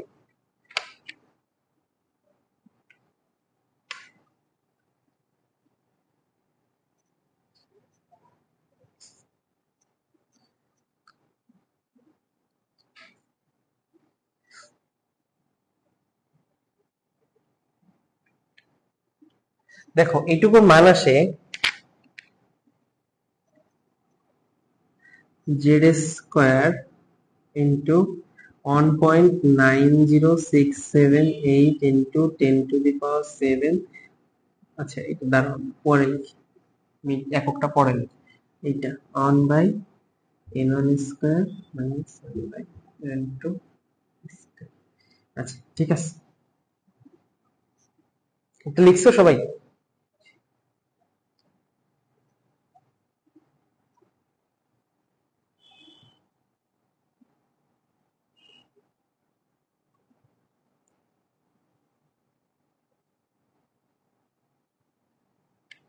আচ্ছা একটু ভুল হয়েছে, দাঁড়াও একটু ভুল হয়েছে,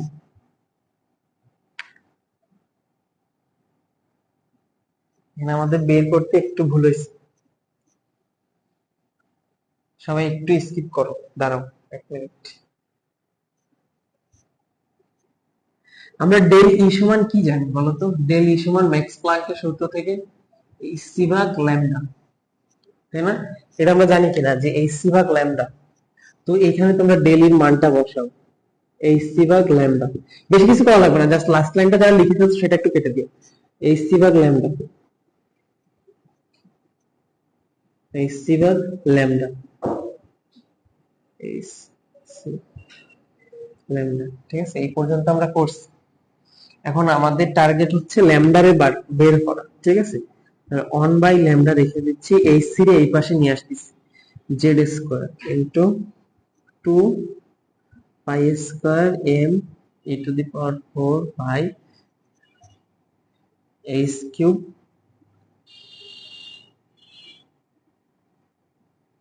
সি, ঠিক আছে? এটা এইচ কিউব সি, এই যে এবার এইটুকুর মানটা লাগবে আমাদের, সরি হ্যাঁ আগে আমি একটু ভুল করে ফেলছিলাম, এখানে হচ্ছে এই মানটা আমি লিখছিলাম, সরি। এবার হচ্ছে এই মানটা নির্ণয় করো সবাই,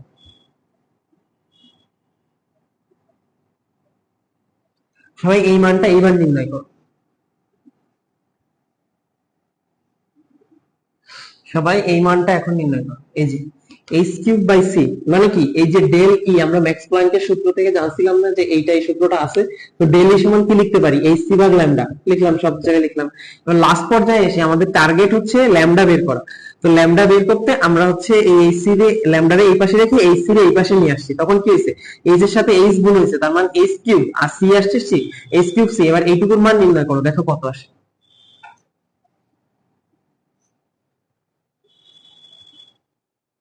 কেউ কি নির্ণয় করছো?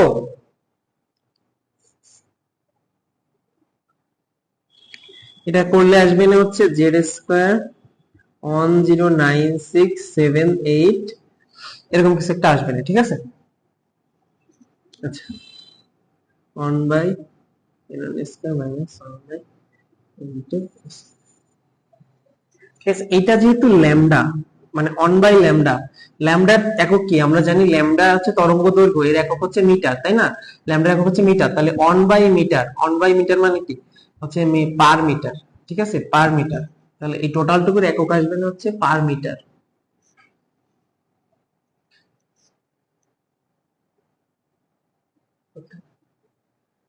আচ্ছা দেখো তো, এইটা হচ্ছে আমাদের আসবে, ও সরি সরি সরি সরি, এটা হচ্ছে পার সেন্টিমিটার, এটা হচ্ছে পার সেন্টিমিটার।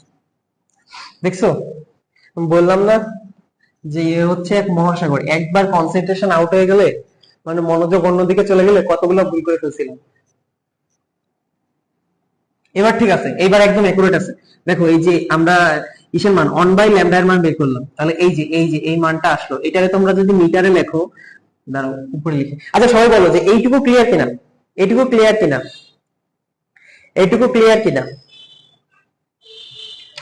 সরি হ্যাঁ, এই জিনিসটা হচ্ছে আগে থেকে খেয়াল না করার কারণে এই যে এখানে একটু গরমিল হয়ে যাচ্ছিল। এইটুকু ক্লিয়ার কিনা সবাই একটু জানাও আমাকে, এইটুকু ক্লিয়ার কিনা এই ক্যালকুলেশনটা। এটা কিন্তু আমাদের দরকার, এটা আমাদের দরকার যে ভাই ক্লিয়ার। আচ্ছা তোমরা বলো তো যে আমার সাথে এই মানটা কারণ মিলছে, সেন্টিমিটার, সেন্টিমিটার এককে। মানে আমি এখানে সিজিএস এ করে দেখাইছি, প্রথমে আমি সিজিএস করছি, এবারে মিটারে নিয়ে যাব, সমস্যা নাই, আমি এখানে সিজিএস এ করছি। তোমরা যদি হচ্ছে কেউ এসআই এককে করো, এসআই এককে করলে হচ্ছে এইটার সাথে just 1.09678 into 10 to the power 7 per metre আসবে, ঠিক আছে, এখানে মিটার আসবে, এটা আসবে না মান সিজিএস এসআই এককে, ঠিক আছে। আচ্ছা আমি সরি হ্যাঁ, ওই জায়গাটা একটু গরমিল করে ফেলার জন্য আরে মুছে দিলাম। আচ্ছা ঠিক আছে, দেখো এই পর্যন্ত বলছি।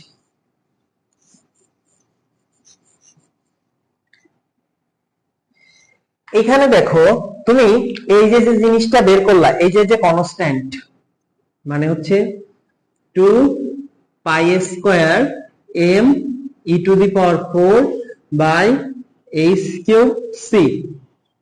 এই যে যে অংশটা, মানে এই অংশটুকু, এই যে মানটা তুমি বের করলা, এই অংশটুকুকে বলা হয় রিডবার্গ ধ্রুবক। রিডবার্গ ধ্রুবক, এটাকে প্রকাশ করা হয় আর এখানে একটা এইচ দিয়ে। এটা কি রিডবার্গ ধ্রুবক, এর মান কত? মান তোমরা এসআই এককে মনে রাখো 1.09678 ইনটু 10⁻⁷ পার মিটার। কি পার মিটার, পার মিটার, ঠিক আছে। বা একক না লিখতে সমস্যা, এটা ধ্রুবকটা ধ্রুবক কোনো একক নেই, দেখো ঠিক আছে। এর মধ্যে টোটাল মান করে আসবে, এটা হচ্ছে পার মিটারে, এটা হচ্ছে মিটারে, ঠিক আছে, এটা কিন্তু মিটারে, এই জন্যই লেখা। তো বলো যে এই রিডবার্গ ধ্রুবক পর্যন্ত ক্লিয়ার? সবাই আমাদের কমেন্ট করো, আরেকবার কমেন্ট করো যে ভাই রিডবার্গ ধ্রুবক পর্যন্ত ক্লিয়ার। এবার আমরা একটা আলটিমেট, মানে একটা আলটিমেট আমাদের যে সূত্রটা দরকার সেটা আমরা লিখবো। সবাই একবার বলো যে ভাই, আরেকবার বলো যে ভাই ক্লিয়ার। এই মানটা সবাই একটু মনে রাখো, হ্যাঁ এই মানটা একটু মনে রাখো, এই মানটা কিন্তু আমাদের লাগবে, ম্যাথ করতে লাগবে।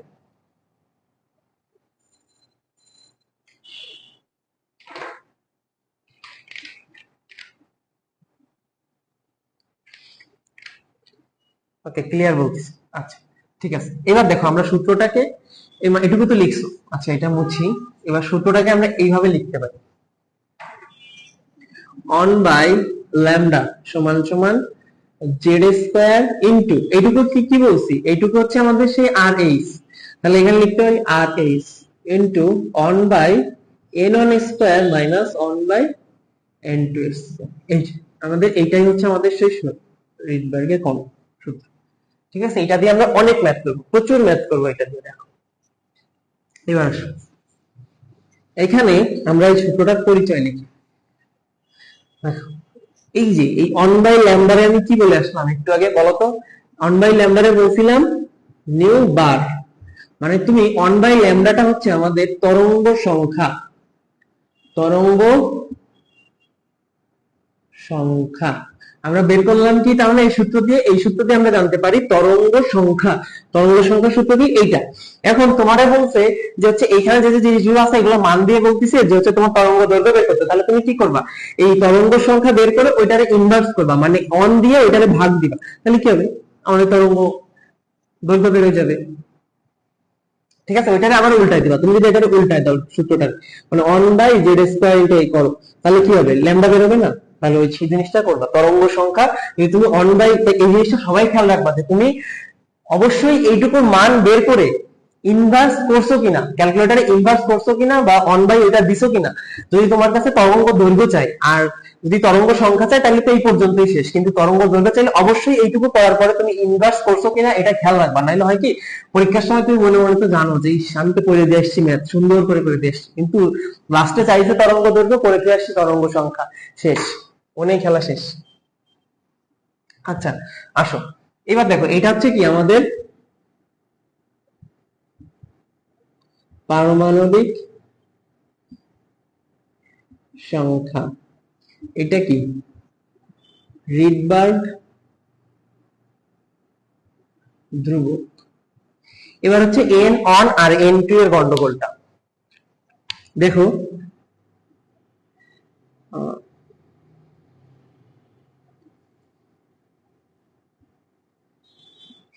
এন অন, অন হচ্ছে এন অন, অন হচ্ছে তোমার ফাইনাল পয়েন্ট, এন অন হচ্ছে ফাইনাল পয়েন্ট, আর এন টু ইনিশিয়াল পয়েন্ট।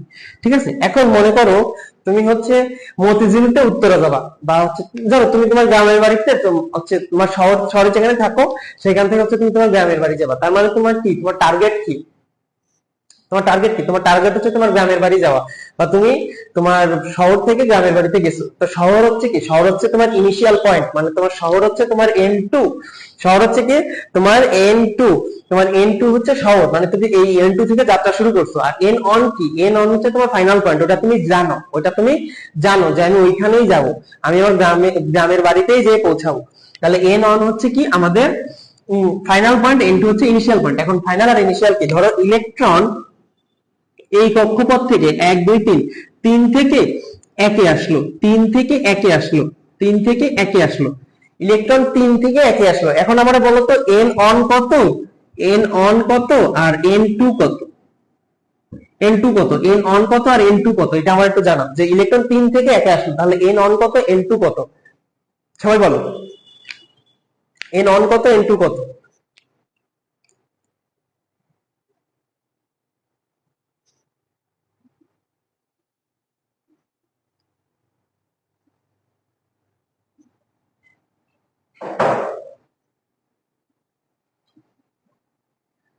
সবাই কমেন্ট করো যে এন অন কত এন টু কত, আমার একটু বলো যে কি বুঝলা, যে ফাইনাল আর ইনিশিয়াল আমরা বললাম যে এন অন হচ্ছে আমাদের ফাইনাল পয়েন্ট, এন টু হচ্ছে আমাদের ইনিশিয়াল পয়েন্ট, তাহলে আমাদের এই তিন থেকে একে আসলো, তাহলে এন অন কত এন টু কত, সবাই কমেন্ট করো, দ্রুত কমেন্ট করো।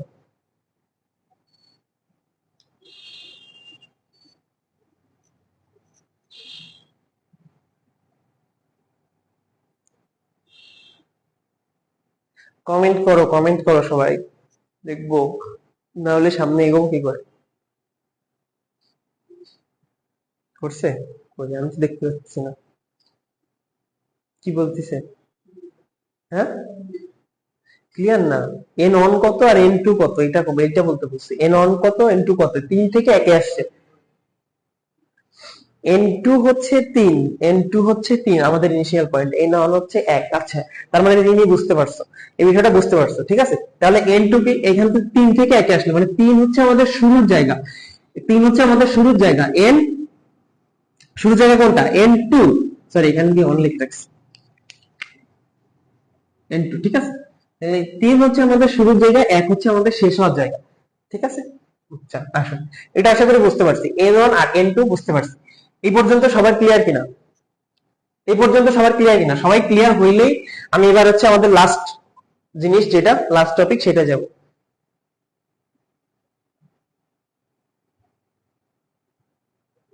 আমরা এখন কিছু মজার সিরিজ পড়ব।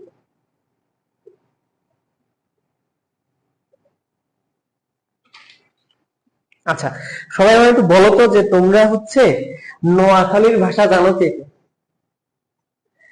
নোয়াখালীর ভাষা বা নোয়াখালীর থেকে কেউ আসো কিনা, নোয়াখালী ভাষা শুনছো কে কে, সবাই একটু বলো তো।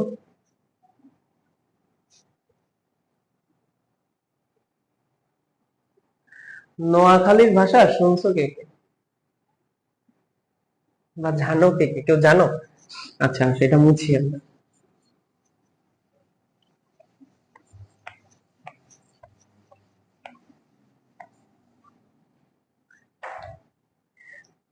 বলো, কেউ যদি জেনে থাকো। জি স্যার, ক্লিয়ার। নোয়াখালী জীবনে যাই নাই। আচ্ছা ঠিক আছে, যাবা। হ্যাঁ, নোয়াখালী হচ্ছে বাংলাদেশের স্বতন্ত্র রাষ্ট্র, একটা আলাদা। ওরা নিজেরা দাবি করে। আমার আমার একটা ফ্রেন্ড আছে, হ্যাঁ, নোয়াখালী। আমার মেডিকেলে একটা নোয়াখালী একটা ফ্রেন্ড আছে, ও নিজের আর কি বলে যে নোয়াখালী হচ্ছে একটা স্বতন্ত্র রাষ্ট্র। আচ্ছা ঠিক আছে। তো নোয়াখালীতে করেরে কি বলে জানো? করে, করেরে বলে হচ্ছে হরে। মানে করেরে বলে হচ্ছে হরে। এই যে করে না, করে তো করে না বলে ওরা বলে হচ্ছে হরে। হরে। যেমন রবিউল ক্লাস হরে, রিয়া ক্লাস হরে। ঠিক আছে, করে না, হরে। হ্যাঁ, তো এই যে এই শব্দটা সবাই একটু মাথায় রাখ। দেখো এখন কাহিনী হচ্ছে কি, তোমাদের পার্বণ ভাইয়ের একটা মানে বান্ধবী ছিল, ঠিক আছে? তার নাম ছিল হচ্ছে লাইমা। লাইমা লাইমার হচ্ছে খুব পছন্দের একজন মানুষ ছিল, সে ছিল হচ্ছে বামা। বামা। কারণ লাইমা কি করতো, বাবার সাথে যখন ঘুরতে যাইতো, বাবার সাথে যখন কথা বলতো, ও হচ্ছে বামার পাশে বসতো। হ্যাঁ, পাশে বসে, দেখা যাচ্ছে? আচ্ছা, পাশে বসে ফ্লার্ট করে। ঠিক আছে, লাইমা কি করতো? লাইমা বামার পাশে বসে ফ্লার্ট করে। মানে করে তো না, হরে। ঠিক আছে, করে তো না, হরে। লাইমা বামার পাশে বসে ফ্লার্ট হরে। ঠিক আছে, সবাই এই লাইনটা একটু কমেন্ট করো যে লাইমা বামার পাশে বসে ফ্লার্ট ফ্লার্ট হরে। এইটা সবাই একটু কমেন্ট করো, তাহলেই তোমাদের নোয়াখালীর ভাষা ক্লিয়ার। দেখছো, না আমার তো নোয়াখালীর মানুষের মতো, লাইমা বামা। হুম, ঠিক আছে, এইটা সবাই একটু কমেন্ট করো। এইটা কমেন্ট করো, আমি প্রত্যেকের কমেন্টে এটা দেখতে চাই যে লাইমা বামার পাশে বসে ফ্লার্ট হরে। এখন এই লাইনটা লিখো, লিখে একটু জায়গা রাখো। এর নিচে মনে করো তোমরা এরকম এক হাত মতো জায়গা, মানে এক হাত তালুর মতো জায়গা রাখো। এটার মিনিংটা আমি পরে বোঝাচ্ছি। তার আগে সবাই কমেন্ট করছো? দেখি, কমেন্ট করো। তার আগে একটা জিনিস দেখি।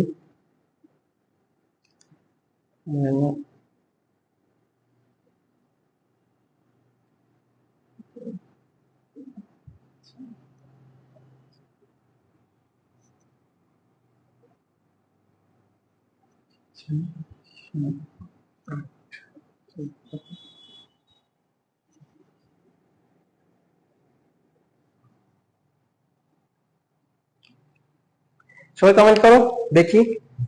আচ্ছা দেখো, এখানে ধরো এটা হচ্ছে আমাদের কক্ষপথ। হ্যাঁ, আমি একটু এইভাবে আঁকাইছি, বড় করে আঁকানো তো সম্ভব না বোর্ডে, তাহলে তোমরা দেখতে পারবা না।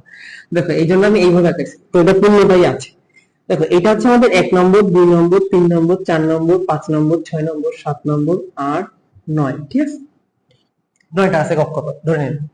এবার আমাদের কাহিনী হচ্ছে কি, আমরা উচ্চ শক্তি স্তর থেকে নিম্ন শক্তি স্তরে আসবো, অর্থাৎ আমরা বিকিরণ বর্ণালীটা দেখবো। বিকিরণ বর্ণালীটা দেখবো। এই দেখো, আমাদের 1 নম্বরে ধরে নাও, এই 9 নম্বর থেকে 1 নম্বরে সবাই ফেরত আসবে। 9 নম্বর থেকে সিরিয়ালি 1 নম্বরে ফেরত আসবে। তো আসাও তুমি ধরো 9-এর থেকে 1-এ আসছে, 8-এর থেকে 1-এ আসছে, তারপর হচ্ছে 7-এর থেকে 1-এ আসছে, তারপর তোমার 6-এর থেকে 1-এ আসছে, 5-এর থেকেও 1-এ আসছে, 4-এর থেকেও 1-এ আসছে, 3-এর থেকেও 1-এ আসছে, 2-এর থেকেও 1-এ আসছে। আসতেছে সবাই কোথায়? 1 নম্বরে। তাহলে বলো তো এখানে, তাহলে বলো এখানে এন অন এর মান কত? এন অন এর মান কত? সবাই 1 নম্বরে আসতেছে, সবাই 1 নম্বরে আসতেছে। তাহলে এখানে এন অন এর মান কত? এটাও সবাই কমেন্ট করে জানান। তো এই যে যখন 1 নম্বরে আসে, মানে উচ্চ সর্বোচ্চ শক্তি স্তর থেকে, এরপরে 9-এর পরে 10 থাকতে পারে, 11 থাকতে পারে, ইনফিনিটি পর্যন্ত যাইতে পারে, ইনফিনিটি কক্ষপথ পর্যন্ত যাইতে পারে, সেইটা থেকে আমাদের 1 নম্বরে ফেরত আসবে। তো এটা যখন হবে, তখন আমাদের সৃষ্টি হবে এই যে এইখান থেকে, যখন এখানে আসবে 1 নম্বরে সবাই ফেরত আসবে, তখন যে সিরিজটা সৃষ্টি হবে বা তখন যে আলো রশ্মিগুলো দেখা যাবে, সেটা হচ্ছে আমাদের, সেটাকে বলবো আমরা বামার সিরিজ। এই যে এইখানে লেখো এবার, সরি সরি সরি সরি, এটা হচ্ছে আমাদের তখন লাইনাল সিরিজ। এই যে এখানে লেখো, এর নিচে নিচে এগুলো লিখে ফেলো, লাই ম্যান। ঠিক আছে, এই যে এটা আমাদের কিসের সিরিজ? লাইম্যান। লাইম্যান, ওকে। এবার দেখো তো, আচ্ছা জিনিসটা একটু সুন্দর করে ফেলি। হ্যাঁ, তো তোমরা বুঝতে পারছো যে ইনফিনিটি থেকে আসবে। এবার আমরা একটু চিত্রটা সুন্দর করার জন্য মুছে দিচ্ছি, অন্যভাবে আঁকাচ্ছি, দেখো।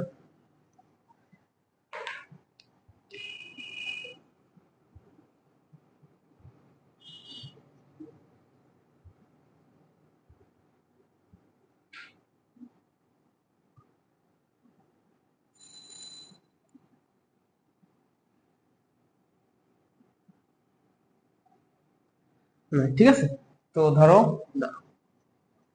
এখানে ধরো হচ্ছে আমাদের 1 নম্বরে আসবে, তো আমাদের 2 থেকে 1-এ আসলো,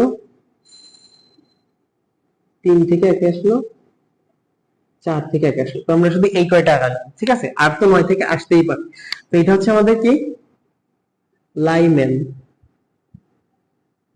লাইম্যান সিরিজ। যখন আমাদের এন অনের মান, এন অনের মান হচ্ছে অন, এবং এন টু এর মান 2 থেকে ইনফিনিটি পর্যন্ত, তখন হচ্ছে আমাদের লাইম্যান সিরিজ সৃষ্টি হবে।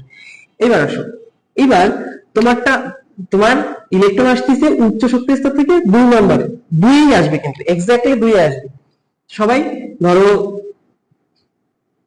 3 থেকে 2 আসলো, 4 থেকে 2 আসলো, 5, সরি, 5 থেকে 2 আসলো। তো এইরকম যখন হবে, অর্থাৎ এন অনের মান যখন হচ্ছে তোমার 2, এন অনের মান যখন 2, তখন এটা সৃষ্টি হবে বামার। বামার। তো তোমরা তো এই জিনিসটা বুঝতে পারছো না?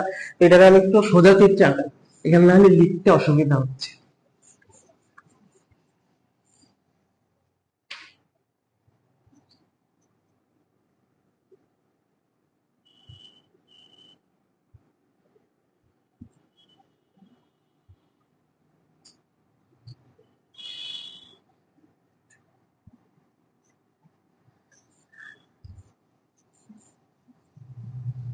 এবার দেখো, এবার বুঝতে সুবিধা হবে। ধরো এগুলো হচ্ছে আমাদের 1, 2, 3, 4, 5, 6, 7, 8, এগুলো হচ্ছে আমাদের কক্ষপথ। এখন আমরা লাইম্যানের জন্য কি বলছি? 2 থেকে 1-এ আসবে, 3 থেকে 1-এ আসলো, 4 থেকে 1-এ আসলো। এটা হচ্ছে আমাদের লাইম্যান। এবার আমাদের কি, আমরা বলছি যে হচ্ছে 2 নম্বরে আসবে। ধরো 3 নম্বর থেকে 2 নম্বরে আসছে, 4 নম্বর থেকেও আসছে, 5 নম্বর থেকেও আসছে। এই চিত্রটা সবাই আঁকাবো, এই চিত্রটা সবাই আঁকাবো। 6 নম্বর থেকে আসছে, এটা হচ্ছে আমাদের তখন কি? বামার। এবার আমাদের 2 নম্বরে উঠছে, 3 নম্বরে নামবে এবার ইলেকট্রন। তাহলে কি, এই যে এইখান থেকে 3 নম্বরে নামলো, এখান থেকে 3 নম্বরে নামলো, এখান থেকে 3 নম্বরে নামছে, এখান থেকে 3 নম্বরে নামছে। এবার হচ্ছে আমাদের প্যাস চেন। আমি বুঝাই দেবো, হ্যাঁ, এইটাকে আমার সাথে তুলো, এটাকে আমার সাথে তুলো, প্যাস চেন। এবার আমাদের 3-এ নামছে, 4-এ নামতে হবে।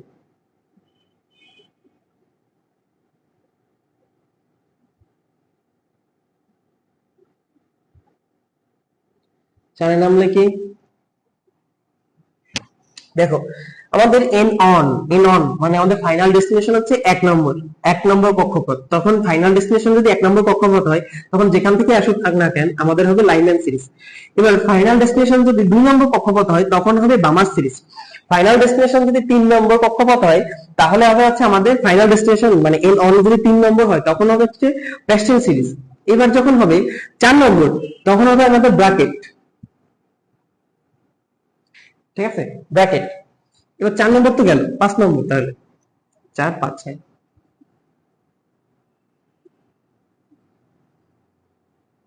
এবার হচ্ছে ফুন্ড। এবার কি, ফুন্ড।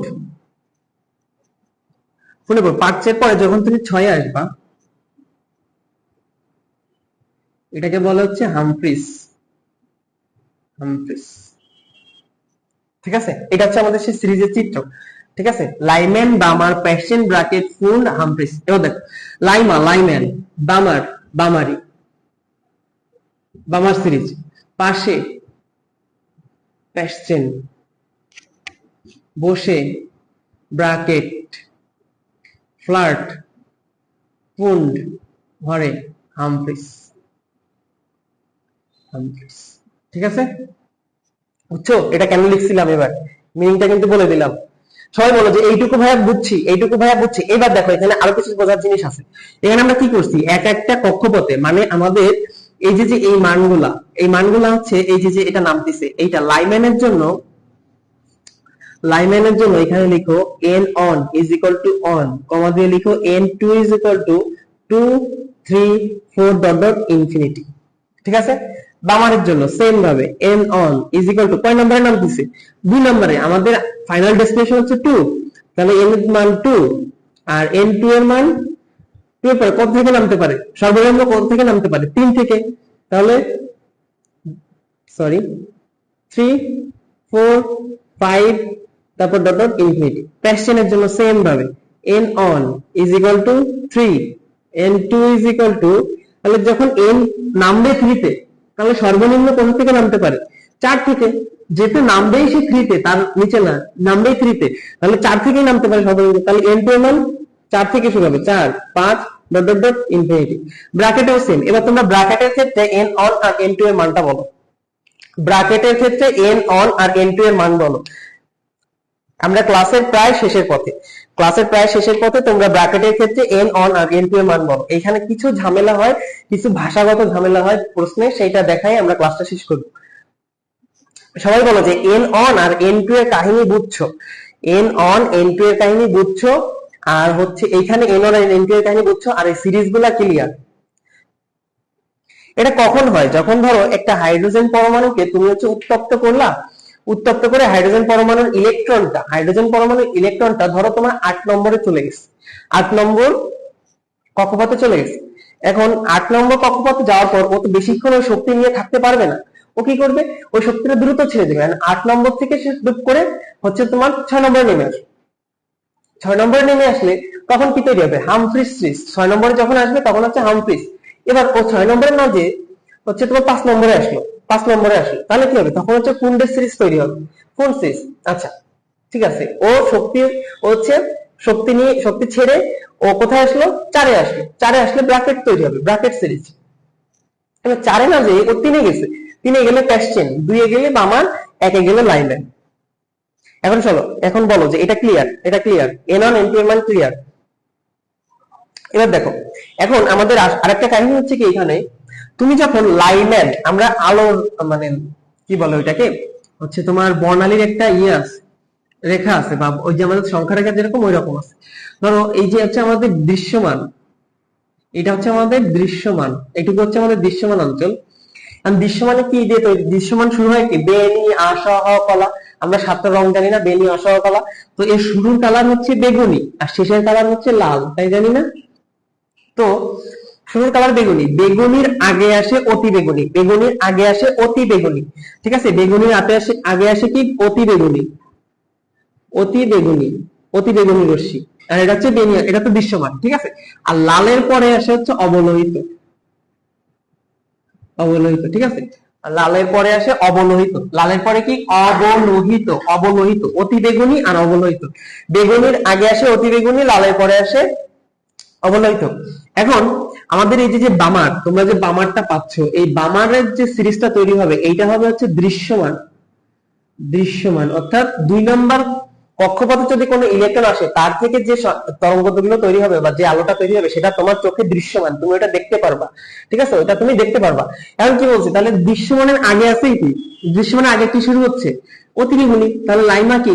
লাইমা হচ্ছে সেদিন বেগুনি কালারের ড্রেস পরে গেছিল, মানে অতি বেগুনি কালারের ড্রেস পরে গেছিল, তাহলে এটা হচ্ছে অতি বেগুনি। তারপর কি? প্যাশচেন ব্র্যাকেট ফুল, এই যে এই সবটুকুই হচ্ছে আমাদের অবলোহিত,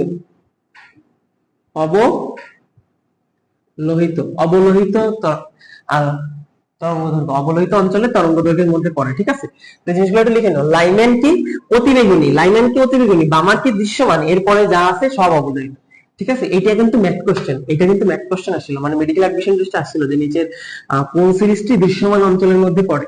তো বামার একটা অ্যান্সার ছিল বামার। তো এই জিনিসটা, এটা খুবই ইম্পর্টেন্ট যে লাইম্যান অতিবেগুনি অঞ্চলের মধ্যে পড়ে, আর প্যাশচেন পাশে বসে ফ্লার্ট খরাটা। পাশে বসে ফ্লার্ট করা হচ্ছে অবলোহিত, মানে কি তুমি একটা মানুষের পাশে বসে তারা ফ্লার্ট করতেছো, সেটা কি তোমার রেড ফ্ল্যাগ না? খারাপ জিনিস না? খারাপ জিনিসটা রেড ফ্ল্যাগ, তাহলে কি অবলোহিত, অবলোহিত। আর বামার কি দৃশ্যমান, বামার কি দৃশ্যমান, ঠিক আছে। একজন বলছে n on is equal to 4, n on is, হ্যাঁ ব্র্যাকেটের ক্ষেত্রে n on হচ্ছে 4 আর n2 5 থেকে 6 7, হ্যাঁ ঠিক আছে, গুড গুড, ঠিক আছে, হ্যাঁ আমরা তার মানে বুঝতে পারছি। এখন আমাদের হচ্ছে এটা মুছে দিলাম, এটা মুছে দিলাম, হ্যাঁ এটা মুছে দিলাম। আমাদের হচ্ছে কিছু ভাষাগত প্রবলেম হয়, সেটা একটু দেখি আমরা। এখন তোমার লাইন লাইন নিয়ে প্রবলেম হবে, দেখবা প্রশ্নে লাইন নিয়ে অনেক ঝামেলা হবে।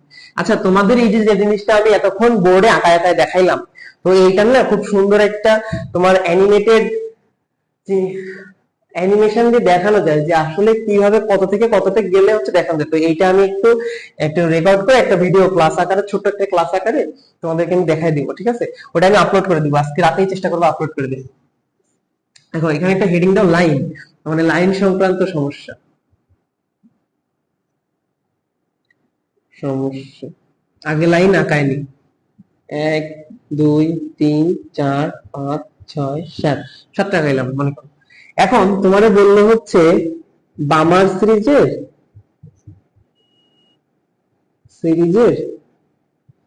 তৃতীয় লাইনের জন্য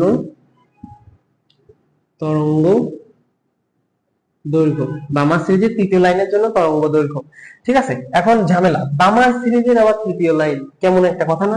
তো তুমি চিন্তা করো তোমার হচ্ছে কিওয়ার্ড গুলো কি কি। বামার সিরিজ, বামার সিরিজের জন্য তোমার জানা জিনিস কি? বামার সিরিজের জন্য n on cable পড়াইছি, n on is equal to 2, এটা আমরা জানি। তার মানে এখানে আমাদের কোন লাইন?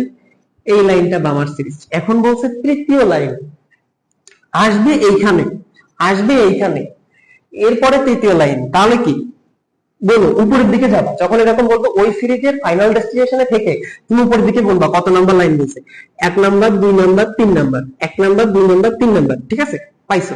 এই যে তার মানে আমাদের এই লাইনটা। এবার দেখো যে নিচ থেকে এই লাইনটা কয় নম্বরে?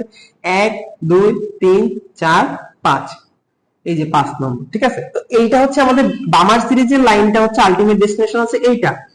এবার তোমাকে বলছে বামার সিরিজের তৃতীয় লাইন, তাহলে এইটারে তুমি পয়েন্ট ধরে উপরে যাবো আস্তে আস্তে, 1 number line 2 number line 3 number line, তাহলে 4 নাম্বার বলতো এই 4 নাম্বার লাইন, 5 নাম্বার বললে 5 নাম্বার লাইন, ঠিক আছে। এইভাবে তো তোমাকে যদি 3 নাম্বার লাইনে আমি বলছি, তো তুমি 3 নাম্বার লাইনে দেখো, 3 নাম্বার লাইনে আমি আসছি।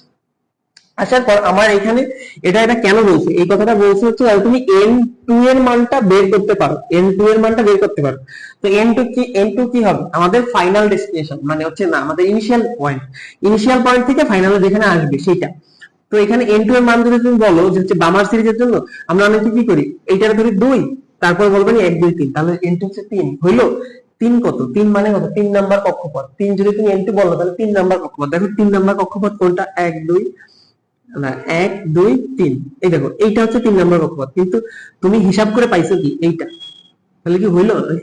এক জিনিস হইলো না, তুমি কিন্তু উল্টায় ফেলছো। তাহলে কি করতে হবে? বাংলা সিরিজের জন্য এটাকে ইনিশিয়াল পয়েন্ট ধরে 3 নাম্বার পর্যন্ত গুনবো, এটা আমাদের প্রথম স্টেপ, গুনলাম। এবার কি করবো? 3 নাম্বার ওইখানে প্রথম স্টেপ, ওইখানে ধরো তুমি এখানে হিসাবটা ধরে রাখলা, এবার তুমি নিচ থেকে একদম শেষ থেকে গোনা শুরু করবা, 1 2 3 4 5, তাহলে 5 নম্বর আমাদের n2 এর মান হচ্ছে, n2 এর মান হচ্ছে 5, n2 এর মান কত? 5। তাহলে বামার সিরিজের তৃতীয় লাইনের জন্য তরঙ্গ দৈর্ঘ্য নির্ণয় করতে গেলে n on এর মান জানা লাগবে, n2 এর মান জানা লাগবে, তাহলে n2 এর মান হচ্ছে 5, ঠিক আছে। এটার জন্য আমরা সহজ একটা সূত্র জানি, সহজ সূত্রটা কি? n2 এইরকম যখন বলা থাকবে n2 সমান সমান n on প্লাস যত নাম্বার লাইন, ঠিক আছে। এবার দেখো তো তুমি এই সেম জিনিসের ক্ষেত্রে বামার সিরিজে n on হচ্ছে 2, যত নাম্বার লাইন হচ্ছে এখানে বলছে তৃতীয় লাইন, তাহলে 3, তাহলে কি 5, ঠিক আছে, আমরা 5। তো এটাই হচ্ছে আমাদের ক্লাস আজকে এই পর্যন্ত, আশা করি সবটা ক্লিয়ার। তো তোমাদের হচ্ছে আজকে রাতে আমি আরো ছোট একটা ভিডিও দিয়ে দিব, তো ওই ভিডিওতে যদি হচ্ছে কারোর কোনো কোথাও প্রবলেম থাকে ওইখানে কমেন্ট করবা, ঠিক আছে, কমেন্ট করবা। বা হচ্ছে এই পোস্টেই কমেন্ট করে দাও, আমি ওই ভিডিওতে ক্লিয়ার করে দিব। ঠিক আছে, তো আজকের ক্লাসটা এই পর্যন্তই। আর এটা আমাদের ফ্রি সাইকেলের শেষ ক্লাস। পেইড সাইকেলের ক্লাস কিন্তু শুরু হয়ে যাচ্ছে আগামীকাল থেকে। শেষ।